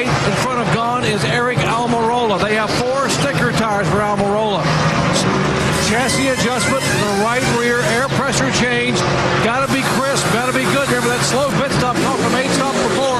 He is down and away. And Ricky Stenhouse is also coming down pit road now, so he peels off and he's coming your way, Doc. Two tires. That's the call. Gotta get four. 2 tires right now for Stenhouse. Right side tires going on. They're going to go ahead and make it a 4-tire stop for Stenhouse. They decided not to wait and take a chance. Recalculation showed they were going to be 7 to 9 laps short, so they had to come on in. Jamie. And Jason Leffler has been working on this car, just nursing it to try to get it back to where it was. It's not working because of that right front damage. 4 tires here. He just needs a little bit of help. Just too tight for this 38 team of Jason Leffler. Going to put just enough fuel in it. As soon as the tires get on there, it'll be down and away. Jason Leffler, 15 seconds flat, Marty. So as Leffler comes by, the race leader shown by NASCAR is the 01 of Mike Wallace. And if he can save some fuel now, he could pull one off right here. It is our 19th lead change. That ties the record. Our 9th different leader. He's got a 5-second lead over Parker Kligerman. Now, both these guys, in fact, the top 4, pitted on lap 135. Wallace, Kligerman, Truex, and Ryan Truex, that is, and Joe Nemechek. Kyle Busch is running in 5th, and he just pitted on lap 177. Now, this is a good gamble. Mike Wallace is probably going to just see just how far this car will go on a fuel tank. Well, he has got a 6-second lead, 5.7 to be exact, over second place Kligerman. That means he can back way off and save a lot of fuel. Let's get an update on Ryan Truex. Dave.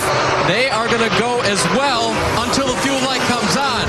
So they expect the fuel light to come on and maybe stumble. Then they want him to come to pit road. So it's kind of weird. It's kind of like, go for it, but, you know, we're only 3 laps short. So I think in the driver's mind, if he can save a little fuel, maybe.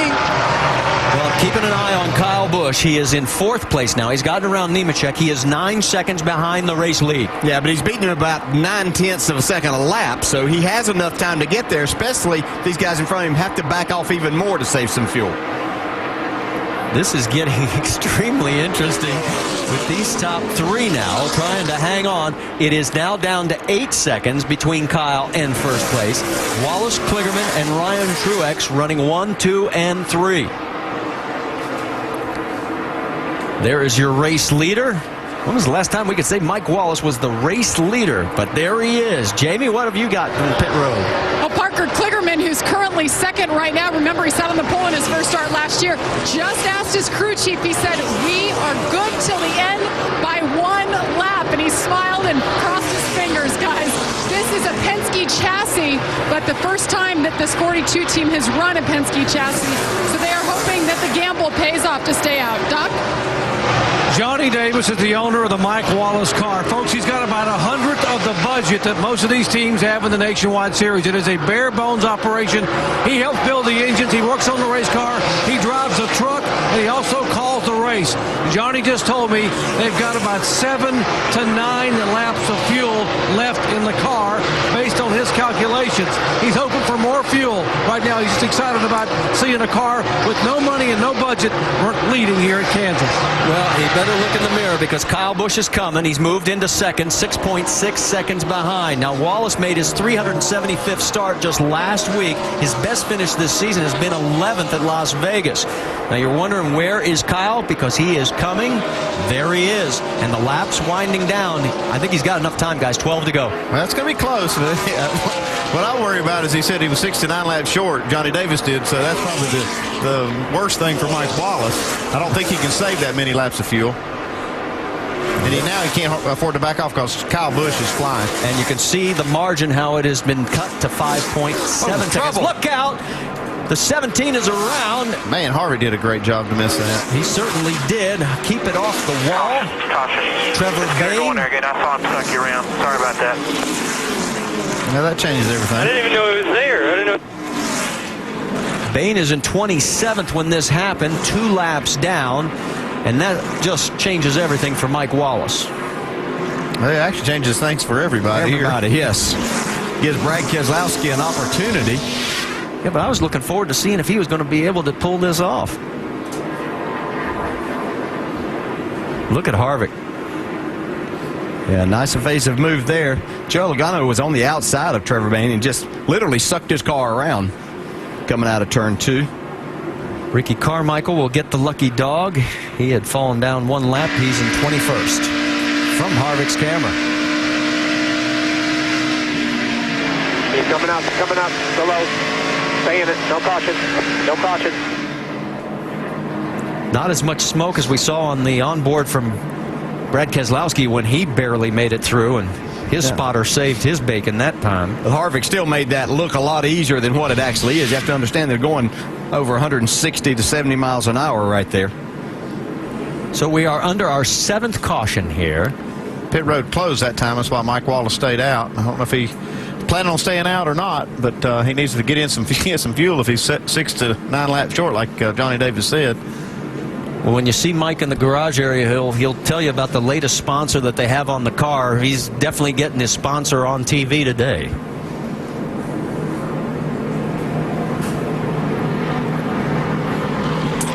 And we talked about pit stops that we've seen so far, and there have been moments. Brad Keselowski had a tough one here. Leader of the race made this green flag stop. So they're struggling on that right rear, losing a lot of time back there.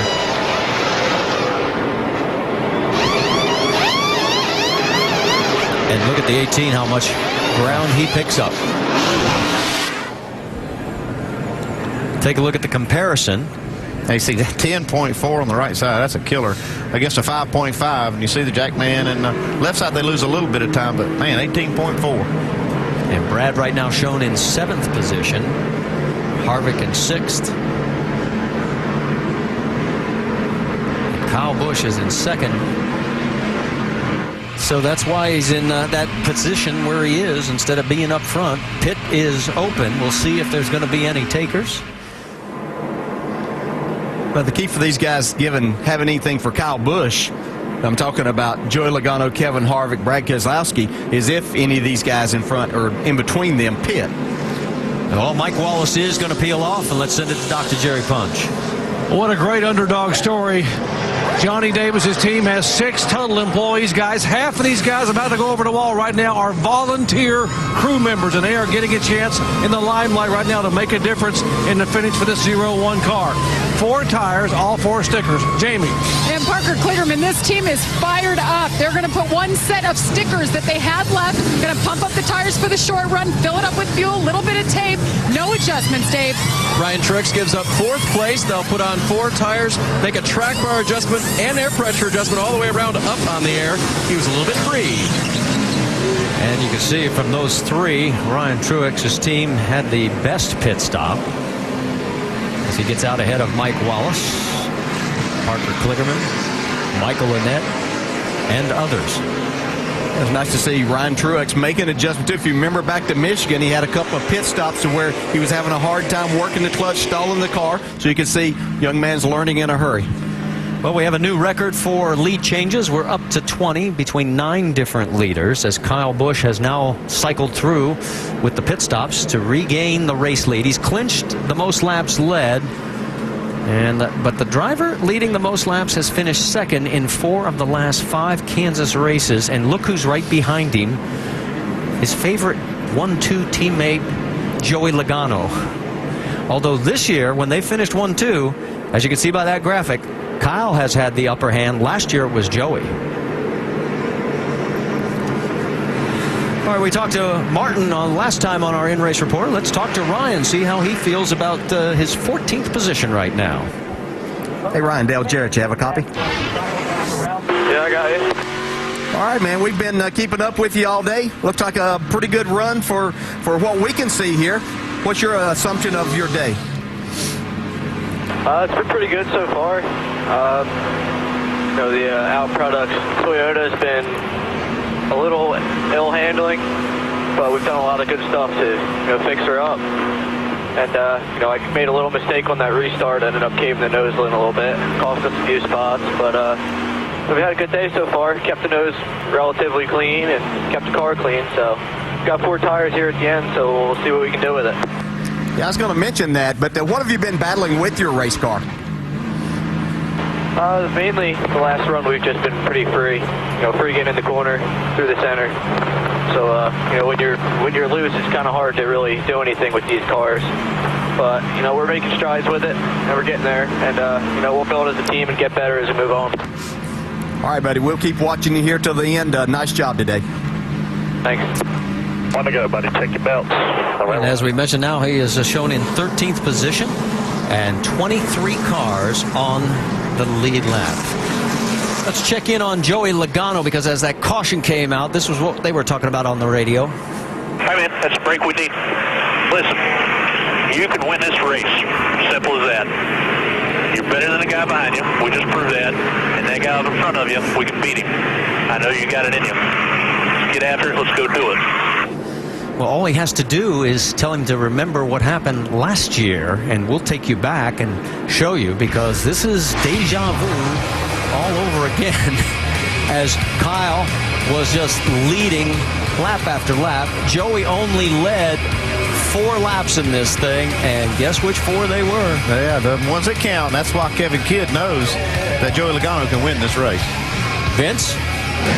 It's interesting talking to Logano this morning about the fact that he and Kyle are so competitive, and mentioned the fact that he's been second place 6 times this season. And Joey chuckled and he said, yeah, that stinks. He said, it's better than third, but it still stinks. He said, that you've got to beat Kyle every time. And they believe that the 18 knows they're going to have to beat the 20 every time. And that's one of the reasons this JGR group as a whole is as good as it is. And here we see him again today, 1 and 2 with about 6 to go here at the restart. We told you Ricky Carmichael got the lucky dog. 3 waiver rounds. Colin Brown, Kenny Wallace, and Mike Bliss. And we now have a record for the most cars on the lead lap. We have 23. The old record, 22, back in September of 07. So that basically gives you the reset. Let's reset the top 6 for you. It'll be Kyle Busch, Logano, Harvick in 3rd, Brad Keselowski 4th, Brendan Gaughan in 5th, and Ricky Stenhouse Jr., 2 nationwide regulars, 5th and 6th. Yeah, we talked about how good Kyle Busch is on these restarts, Andy, but I tell you what, give me horsepower, and that 22 has a lot of it. Remember the last time these guys were side by side, Logano sort of ran him up a little bit, took away some of that air, took away some of that track, and he stayed with him for a lap or 2, and then Kyle went by. It's going to be good, guys. Here we go. This time by, there'll be 6 laps remaining here at Kansas, and everybody on their feet. There he comes, riding him up again. Kyle saying, I'm going to hang on. Look underneath. There's Harvick. That's quite a move. Kyle Busch not going to be very happy. He's going to get back on his right rear there, because Logano really forced him up the racetrack entering that corner. Joey's got the lead. Here comes Harvick trying to take 2nd spot away from the 18, but Kyle's on a mission. He wants the race lead. Oh, we got a crash. Almirola's into the wall. So we are under our 8th caution now. As I don't know if he got any assistance, but Eric Almirola was running 7th. Rear damage there, Pops. You see these teammates have a little discussion under caution over there. I'm telling you, he's not happy about the way Joey entered turn 1, but that's Joey did what he's supposed to do in that position. The roles will be reversed on this start. Well, he could take the low side if he wants. Here's the crashes occurred. The yellow's out. Did not appreciate that. Deliver a little message. All right, here's what happened. Oh, he just got up. Yeah, he got loose getting down into the corner. Forced him as he tried to keep it off the 12 car. Turned around into the wall. Boy, he had a really solid day also. Leffler manages to duck underneath quickly. Everybody else as well. A bad break for Eric Almirola. They're pounding on the back. Of course, he'll be in this ride all of next year. So right now we have 5 to go. Will they get it all cleaned up before we have to go green, white checkers? Stay with us to find out. All right, as we get ready to go, Joey Logano is going to restart this race on points. Let's listen on the radio. Yeah, I go with the top. If I'm at the bottom of the 3, I'm totally screwed. I'm not going to win. Yep, 10-4, man. Just focus on getting a good jump so that he's nowhere near you. Now he's going to be on the high side. Is Kyle going to return the favor from last restart? If he can keep up on this restart, I'll promise you. All right, let's reset it. It's Logano on the high side, Kyle Busch underneath. In row 2, Harvick and Brad Keselowski. Stenhouse, Truex Jr. in row 3. Then Gahn and Allgaier, Menard and Edwards round out the top 10. This time by 2 laps remaining. We have not gotten to a green-white checker. These are the last 2 official laps as they come down the front straightaway. Green flag flies. Here we go. Look at Joey trying to stay down low, and Keselowski pushing him. Big push. Hey, he got moved him just a little bit. I don't know if that's going to hurt him. He's still staying down as low as he can here. Coming out of 2, he's cleared. Harvick's got his hands full with Truex right beside him. Martin, that is. Well, that was a big push that Brad Keselowski gave to Joey Logano. This time by, the white flag will be out. Joey Logano and Kyle Busch. Is this going to be like last year? Kyle led the most laps, did not win the race. He's led the most laps today, and he's got about 3 corners to do it. You can see Logano got a nice run through 1 and 2. Trouble. Oh, Kligerman has gone into the wall. He was running in the 11th position. 16 of Colin Brown also goes around. Yeah, they'll let him race back because they're coming to the checkered flag. Kyle Busch trying to get to his bumper. He can't do it. Here comes Joey Logano. He's going to do it. Good job, Brian. Goes all the way down on the apron. He'll cross the line, take the checkered flag ahead of Brad Keselowski. Kyle Busch 3rd, Harvick 4th, Martin Truex Jr. in 5th, and Stenhouse, Allgaier, Menard, Gahn, and Leffler round out your top 10. For Joey, his 8th win. About that time. Good job, guys. Awesome. Woo! His 8th win in his 61st start. And the 2nd win of 2010. And for Joey, he becomes the first driver ever to win from the pole here at Kansas. Now let's go back in real time and take a look at this battle from turn 3 on. He bonsais down in here.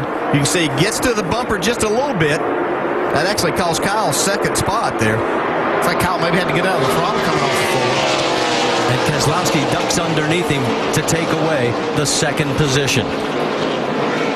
So now the crash. Might have got a little help from the 66 of Wallace. There's no doubt there was some contact there. You'll have that racing on the last lap. And there's Joey doing the burnouts. His last win was back at Kentucky in June. Mike Wallace came back to finish 12th after leading late.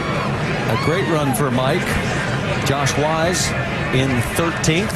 For Joe Gibbs Racing, they've now won the last 3 Nationwide Series races here at Kansas, the only team to have multiple victories.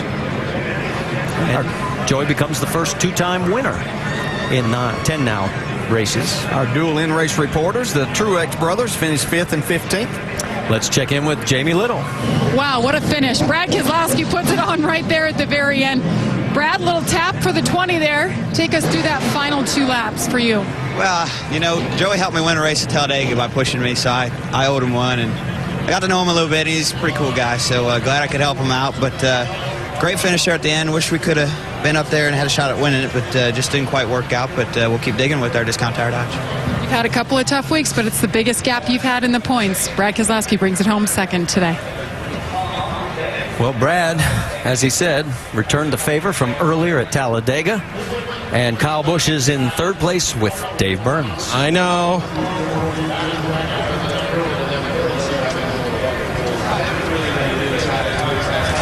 All right, guys, as radio is finishing up an interview here, we'll try to sneak in with Kyle, who on the day, as we noted earlier, led the most laps. And at the end of the race, unfortunately, finished similar to what we had last year.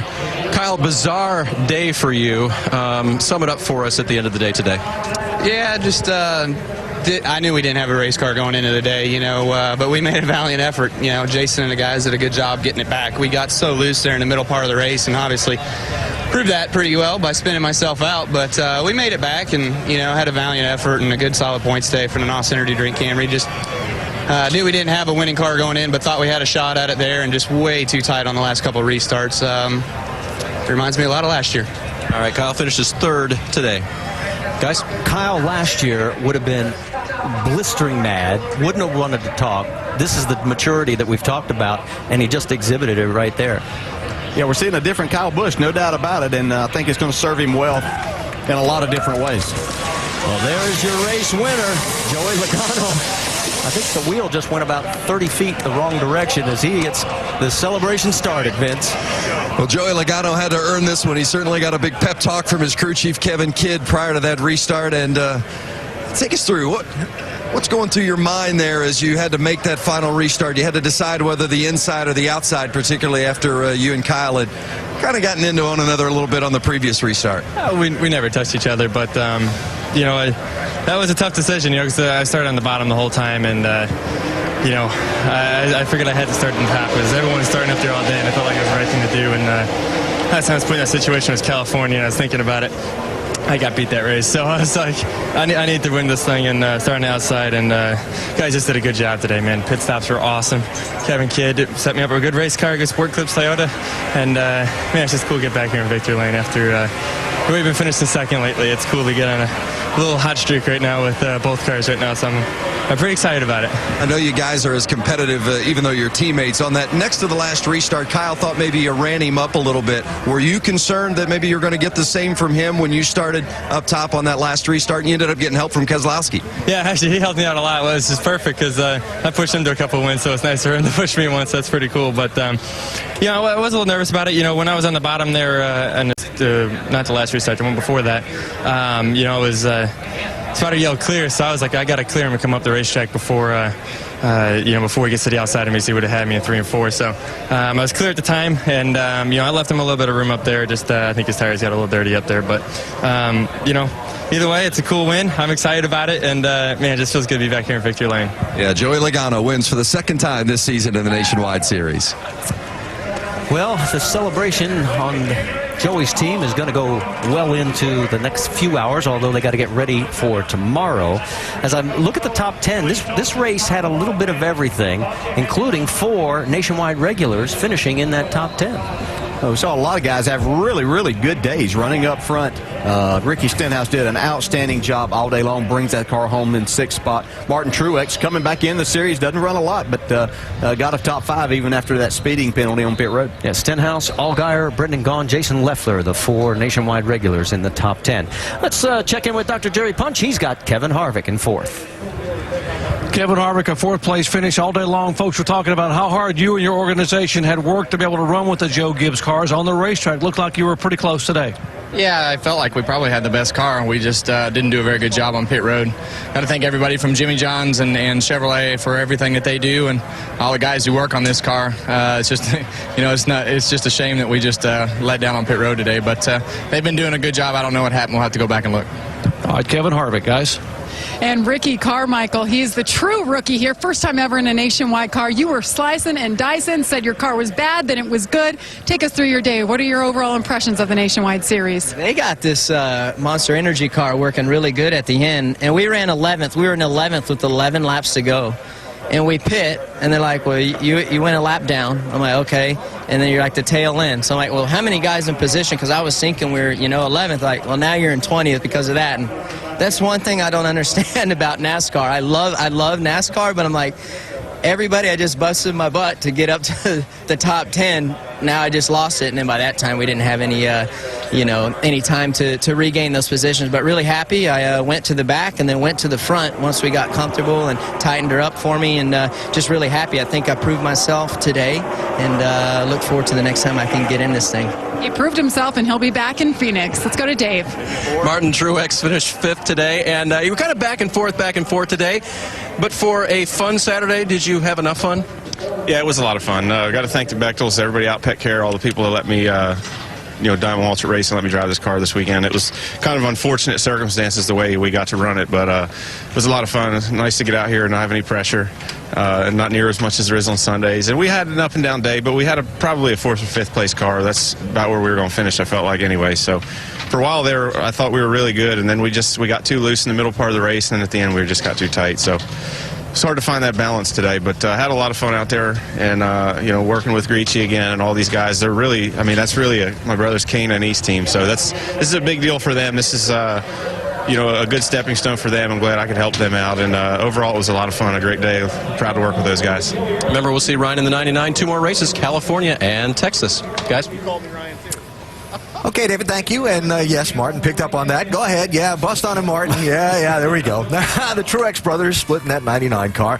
So upcoming races for the NASCAR Nationwide Series. Now 6 to go in the season.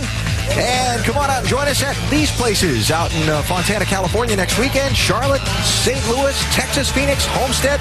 NASCAR.com/tickets or that number to join us. Come on out. They've been entertaining races, that's for sure. And this one today had a lot in it before the trophy was handed out in Kansas. Talked at the start of the day on NASCAR Countdown about Joe Gibbs Racing dominating the mile-and-a-half tracks. Talked about the weird dynamic of teammates racing against each other. We saw it all. Well, you're exactly right. Kyle Busch and Joey Logano racing side by side, but you got to hand it to one guy, Joe Gibbs. He gives them both equal equipment, and I'll tell you what, both of those cats drive the wheels off. Both of them get great equipment. That's the equalizer. But let's give Ricky Stenhouse Jr. a pat on the back. Another solid run for that young man who's really turned his season around. So as you see Joey Logano celebrating in Victory Lane, reminder that coming up next is our same-day coverage of final practice for the NASCAR Sprint Cup Series. It's interesting. Yes. Stick around for that. Marty, DJ, and Andy will have that in just a minute. That is leading up for tomorrow's NASCAR Sprint Cup Series race. All right, there we go. The happy hour coverage coming up in just a couple of minutes here on ESPN2. And then tomorrow, NASCAR Now, pre-race and post-race shows, as well as the NASCAR Sprint Cup Series race, 1 Eastern time, ESPN. The Countdown Show, ESPN2 at noon Eastern. There we go with the NASCAR Now shows, pre-race and post-race, ESPN2, 9 a.m. and 10 p.m. Eastern. And this Nationwide Series moves on to the 2-mile track in Southern California next weekend. We're on ESPN2 next Saturday at 4 Eastern time. So, it ended up being the Gibbs guys continuing their dominance on these mile-and-a-half tracks in the Nationwide Series. And when it came down to it, one had to find a way around the other. Knew that was going to happen. And then find a way to hold them off, too. Drama at the end, strategy, great racing. We saw a fun event here at Kansas, and hope we'll see more of the same tomorrow with the NASCAR Sprint Cup Series race. Again, countdown at noon Eastern, ESPN2. The race at 1 Eastern, ESPN. Now, how about some happy hour?